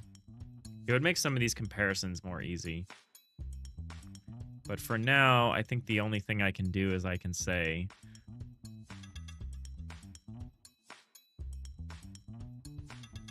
while buffer.span buffer.getIndexInitial.has, it can be block.forms. It's going to be something like this: block.forms.deck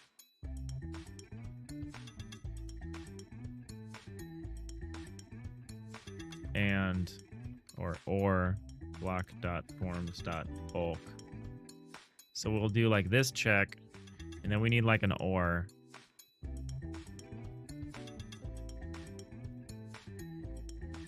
So it'd be or, yeah, and this would be deck or block.forms.door. This is not great, but it serves the purpose. So I think I need to just switch to this for now. And that will at least let the door register correctly.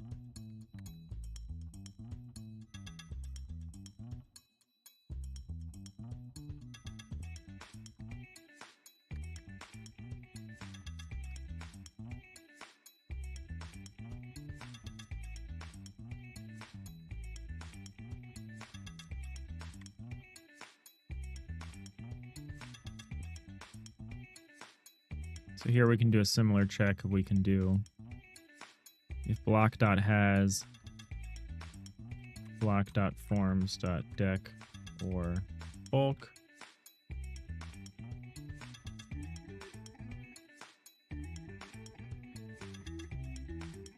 Or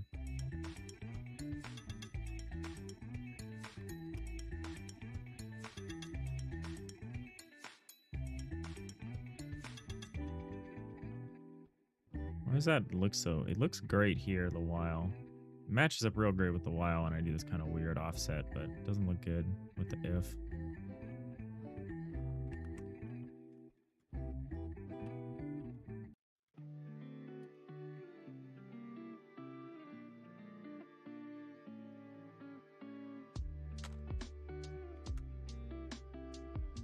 It's one of those where I like, this is like technically an incorrect way to do this, but you know, this is my code. What I should probably do is add some white space. My code, it's my code, and it can look weird if I want it to. I'm just gonna do the same thing down here.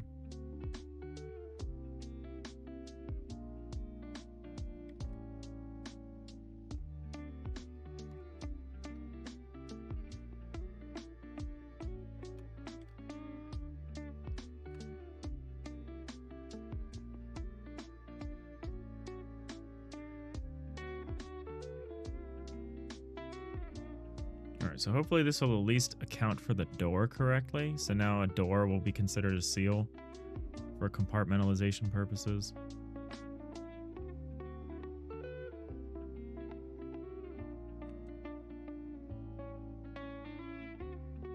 We need to deal with the flickering.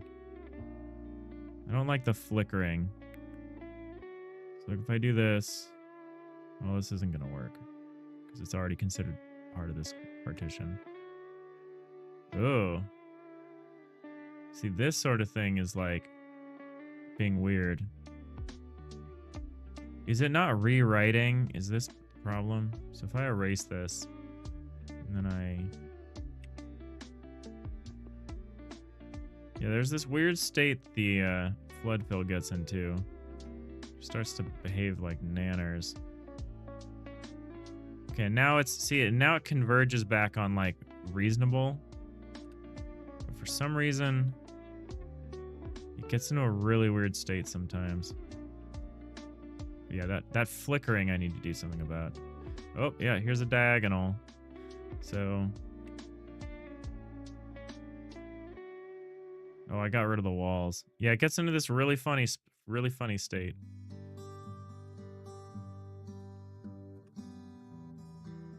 I don't know how to get it out of this state.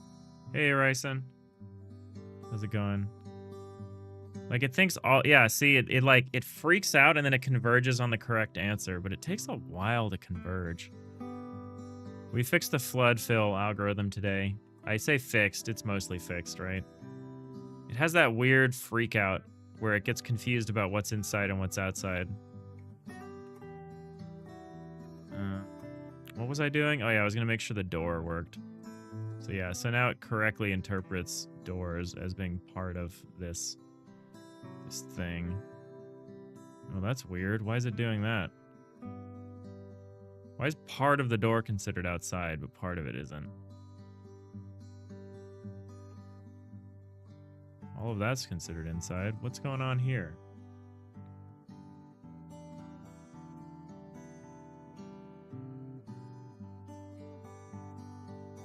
What is going on with this door?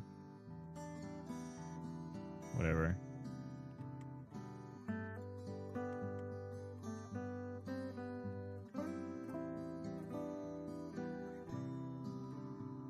Alright, well that mostly works. I wonder what's causing that freak out. Zebra ship. Yeah, I don't know what's doing that. Like...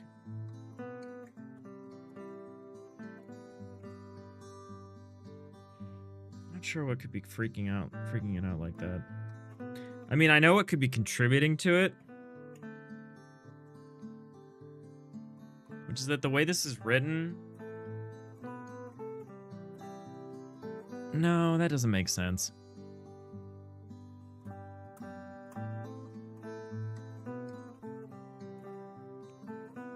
It's like not guaranteed to rewrite all of the blocks. Like if it does its exterior flood fill, I don't know. It should be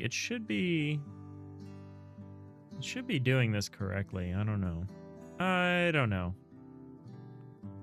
Oh well, I think I can live with that. I think I can live with that because it converges onto the correct answer, I think I can live with that for now. All right, well, that's what I wanted to do today.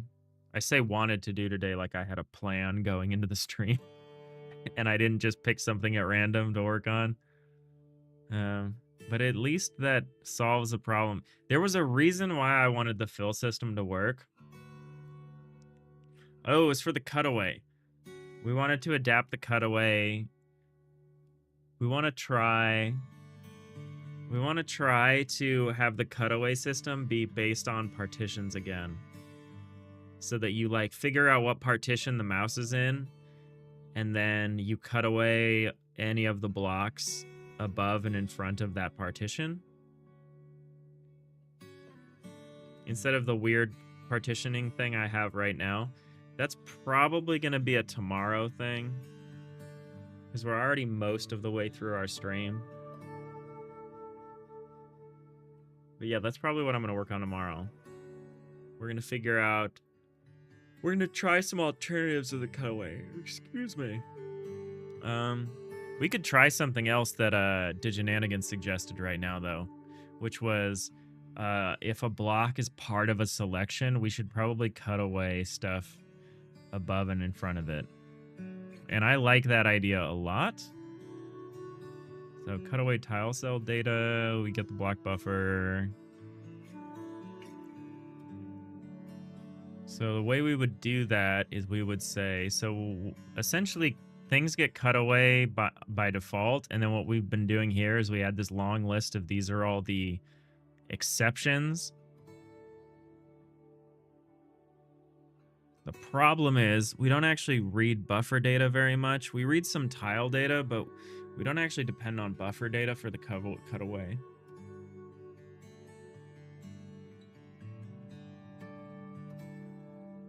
Excuse me. What we could try to do is we could say,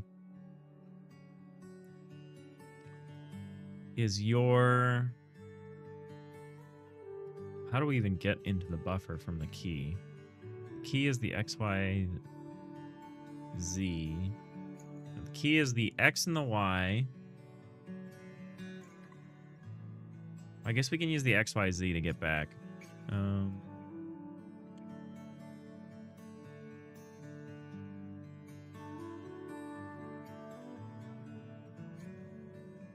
Okay. So we could get the buffer in here. And then what we would do is we would basically say, are we... No, that's really stupid. That's really stupid.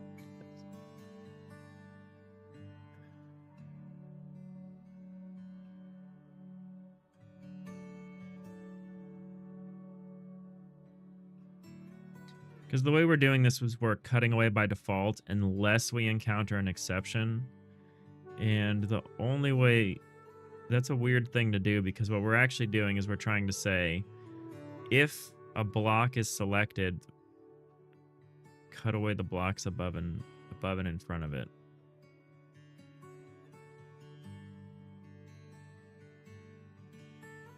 And that's like an affirmative thing. That's not the same as what we're currently doing, which is calling based on coordinates and layers, tile layers. We could do this. So here we've got the...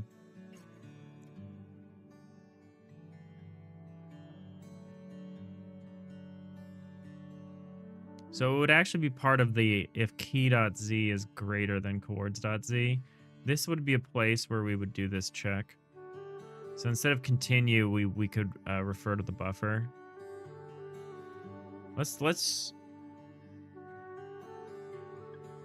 Let us try that. Why aren't there else's here either? So if key is greater than chords, these are mutually exclusive.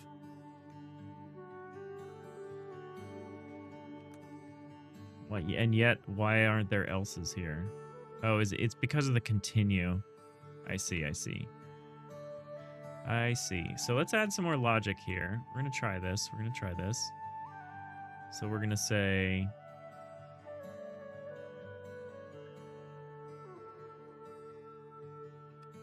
block buffer dot span block buffer dot get index key dot xyz. So we're gonna say if this block, actually what we want to do is we want to say key.xyz minus vector 3i dot forward. We want to remove a z from this. Vector 3i dot forward. So we want to say if this span dot form, or I guess we could say dot has block dot forms dot select. What we're doing is we're saying is the, oh, it's not minus, we want a plus. So we're like, okay, so we're above our current coordinate set. Let's see if the block below us has been selected. What we want to do is we want to say if our block hasn't been selected, but the other one has.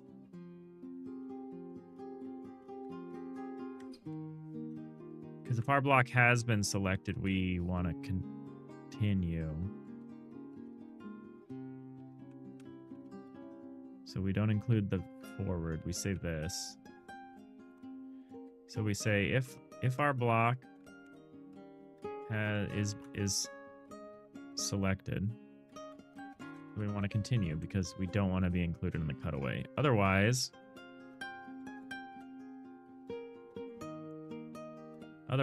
if we aren't part of the selection, but the block below us is, well, I guess we need to define this negatively again.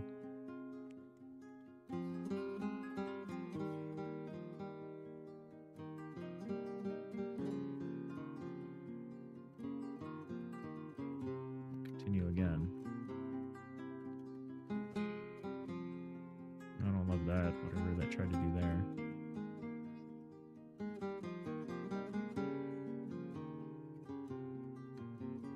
Okay, this is some additional logic here, but this might work.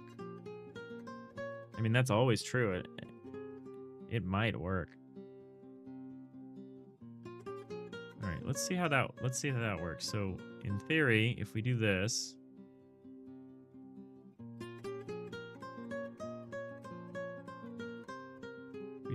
and in here we do a selection. That does not do jack shit. Okay, interesting. Oh. I think I reversed the logic somehow. I think I picked the wrong. So if key.z is oh, oops. I put this in the wrong place. I wanted it underneath here.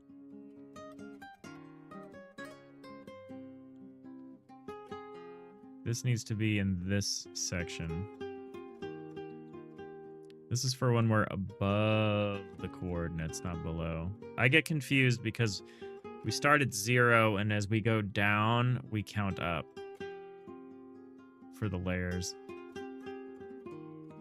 Because the bridge should be deck 1, you know? And then you count up as you go down, essentially. Confusing, I know.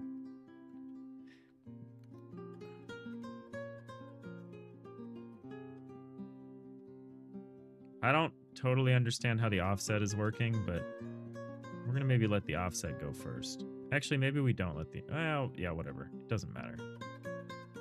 It doesn't really matter whether the offset goes first or not, but I'm going to let it. Because it was here first. And in fact, this OR should be down on the next line.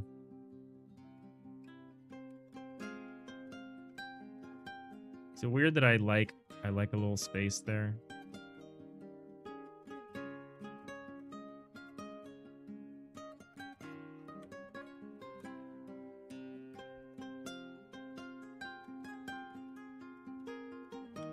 maybe this works? If this works, I'll be happy. I mean, if it doesn't look good, I'll be a little upset, but... Oh, immediately crashes. Get index. Oh, Jesus. Wait, how? Oh, was there a... file system? If not, blockbuffer.contains... I need to... If I'm gonna be doing this vector3 forward thing...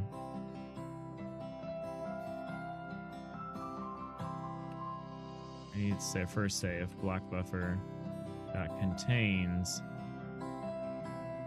this.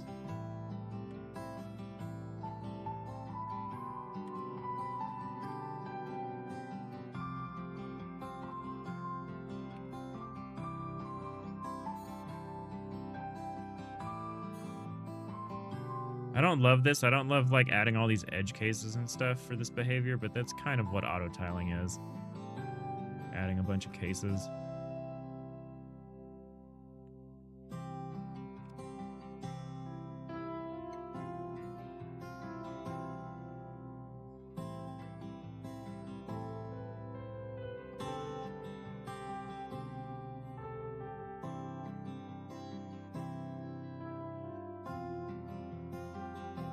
Alright, so in theory, what we're going to do is we're going to hollow this out. I'm going to select a bunch of it. And the cutaway still doesn't care. Huh.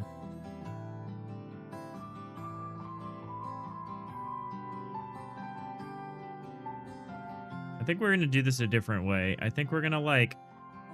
Oh. So if I have the selection up here and I go down... Oh. I mean, I don't... This is effectively making the selection immune to cutaway, which is like actually not a terrible idea.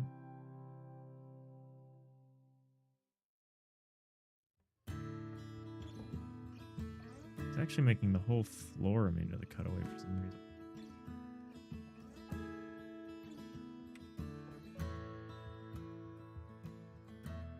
Why is the floor now all of a sudden immune to cutaway? What? What did I do? All right, we're getting rid of this.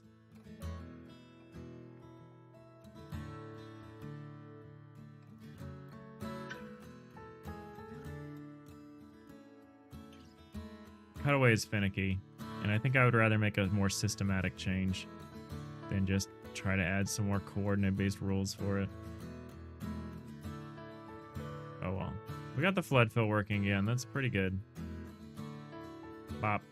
I don't totally understand the zebra striping that I can force by, like, behaving badly. Like, how? Like, it'll eventually converge and settle. It should just be running this over and over until it figures it out. It might be doing that, and what's not happening is we're not updating the auto tiler. Yeah, and it's weird, and then it converges on the correct answer. But it likes to be weird for a while. Very strange. Very strange.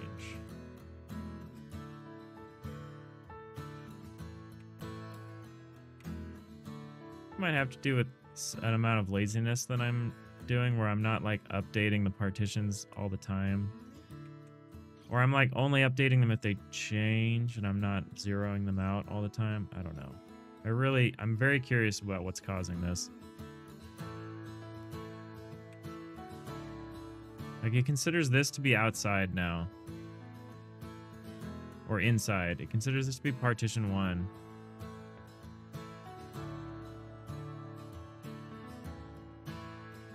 It's very strange. And then it freaks out and it realizes what's happened.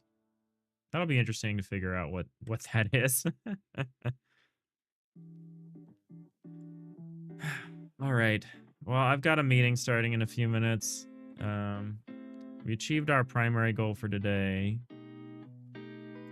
So I think I'm going to wrap things up here. What is all of this stuff?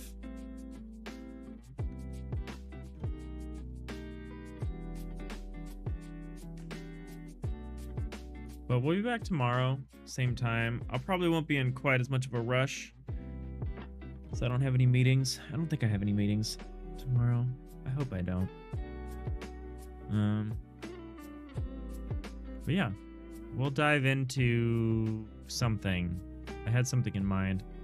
Oh yeah, partition-based cutaways. So we're gonna try to like use the room itself, each room, to be the source of the cutaway logic. So if your mouse hovers into a room, the whole room will get like cut away, or at least the 4. And then if you hover into, the tricky part is what happens if you, I guess we just need to know the boundaries of the room, and then you just cut away everything in front of the room. Something like that. We'll figure it out tomorrow. I really want the cutaway system to be slick. So I think it's worth putting a little bit more effort into now. But yeah. Thank you. Thank you both for watching. Thank you to anyone who tuned in today and hung out on what ended up being a very chill, very quiet stream. Yeah. Cutaway system seems to have progress. I think it has potential. I think it has a lot more progress it needs to. It needs to come I don't like how twitchy it is right now. But yeah, we'll keep working on it. But yeah, I hope everyone has a great rest of their day. Thank you all so much where you were at first. Yeah, it's important to remember where we were previously. It's true. It's important to remember how far we've come. That's important for anyone to do. So yeah, there is progress. There is progress. There's always progress. Sometimes it's backwards progress, but you know, if 1 step back and 2 steps forward is good enough. Good enough for me.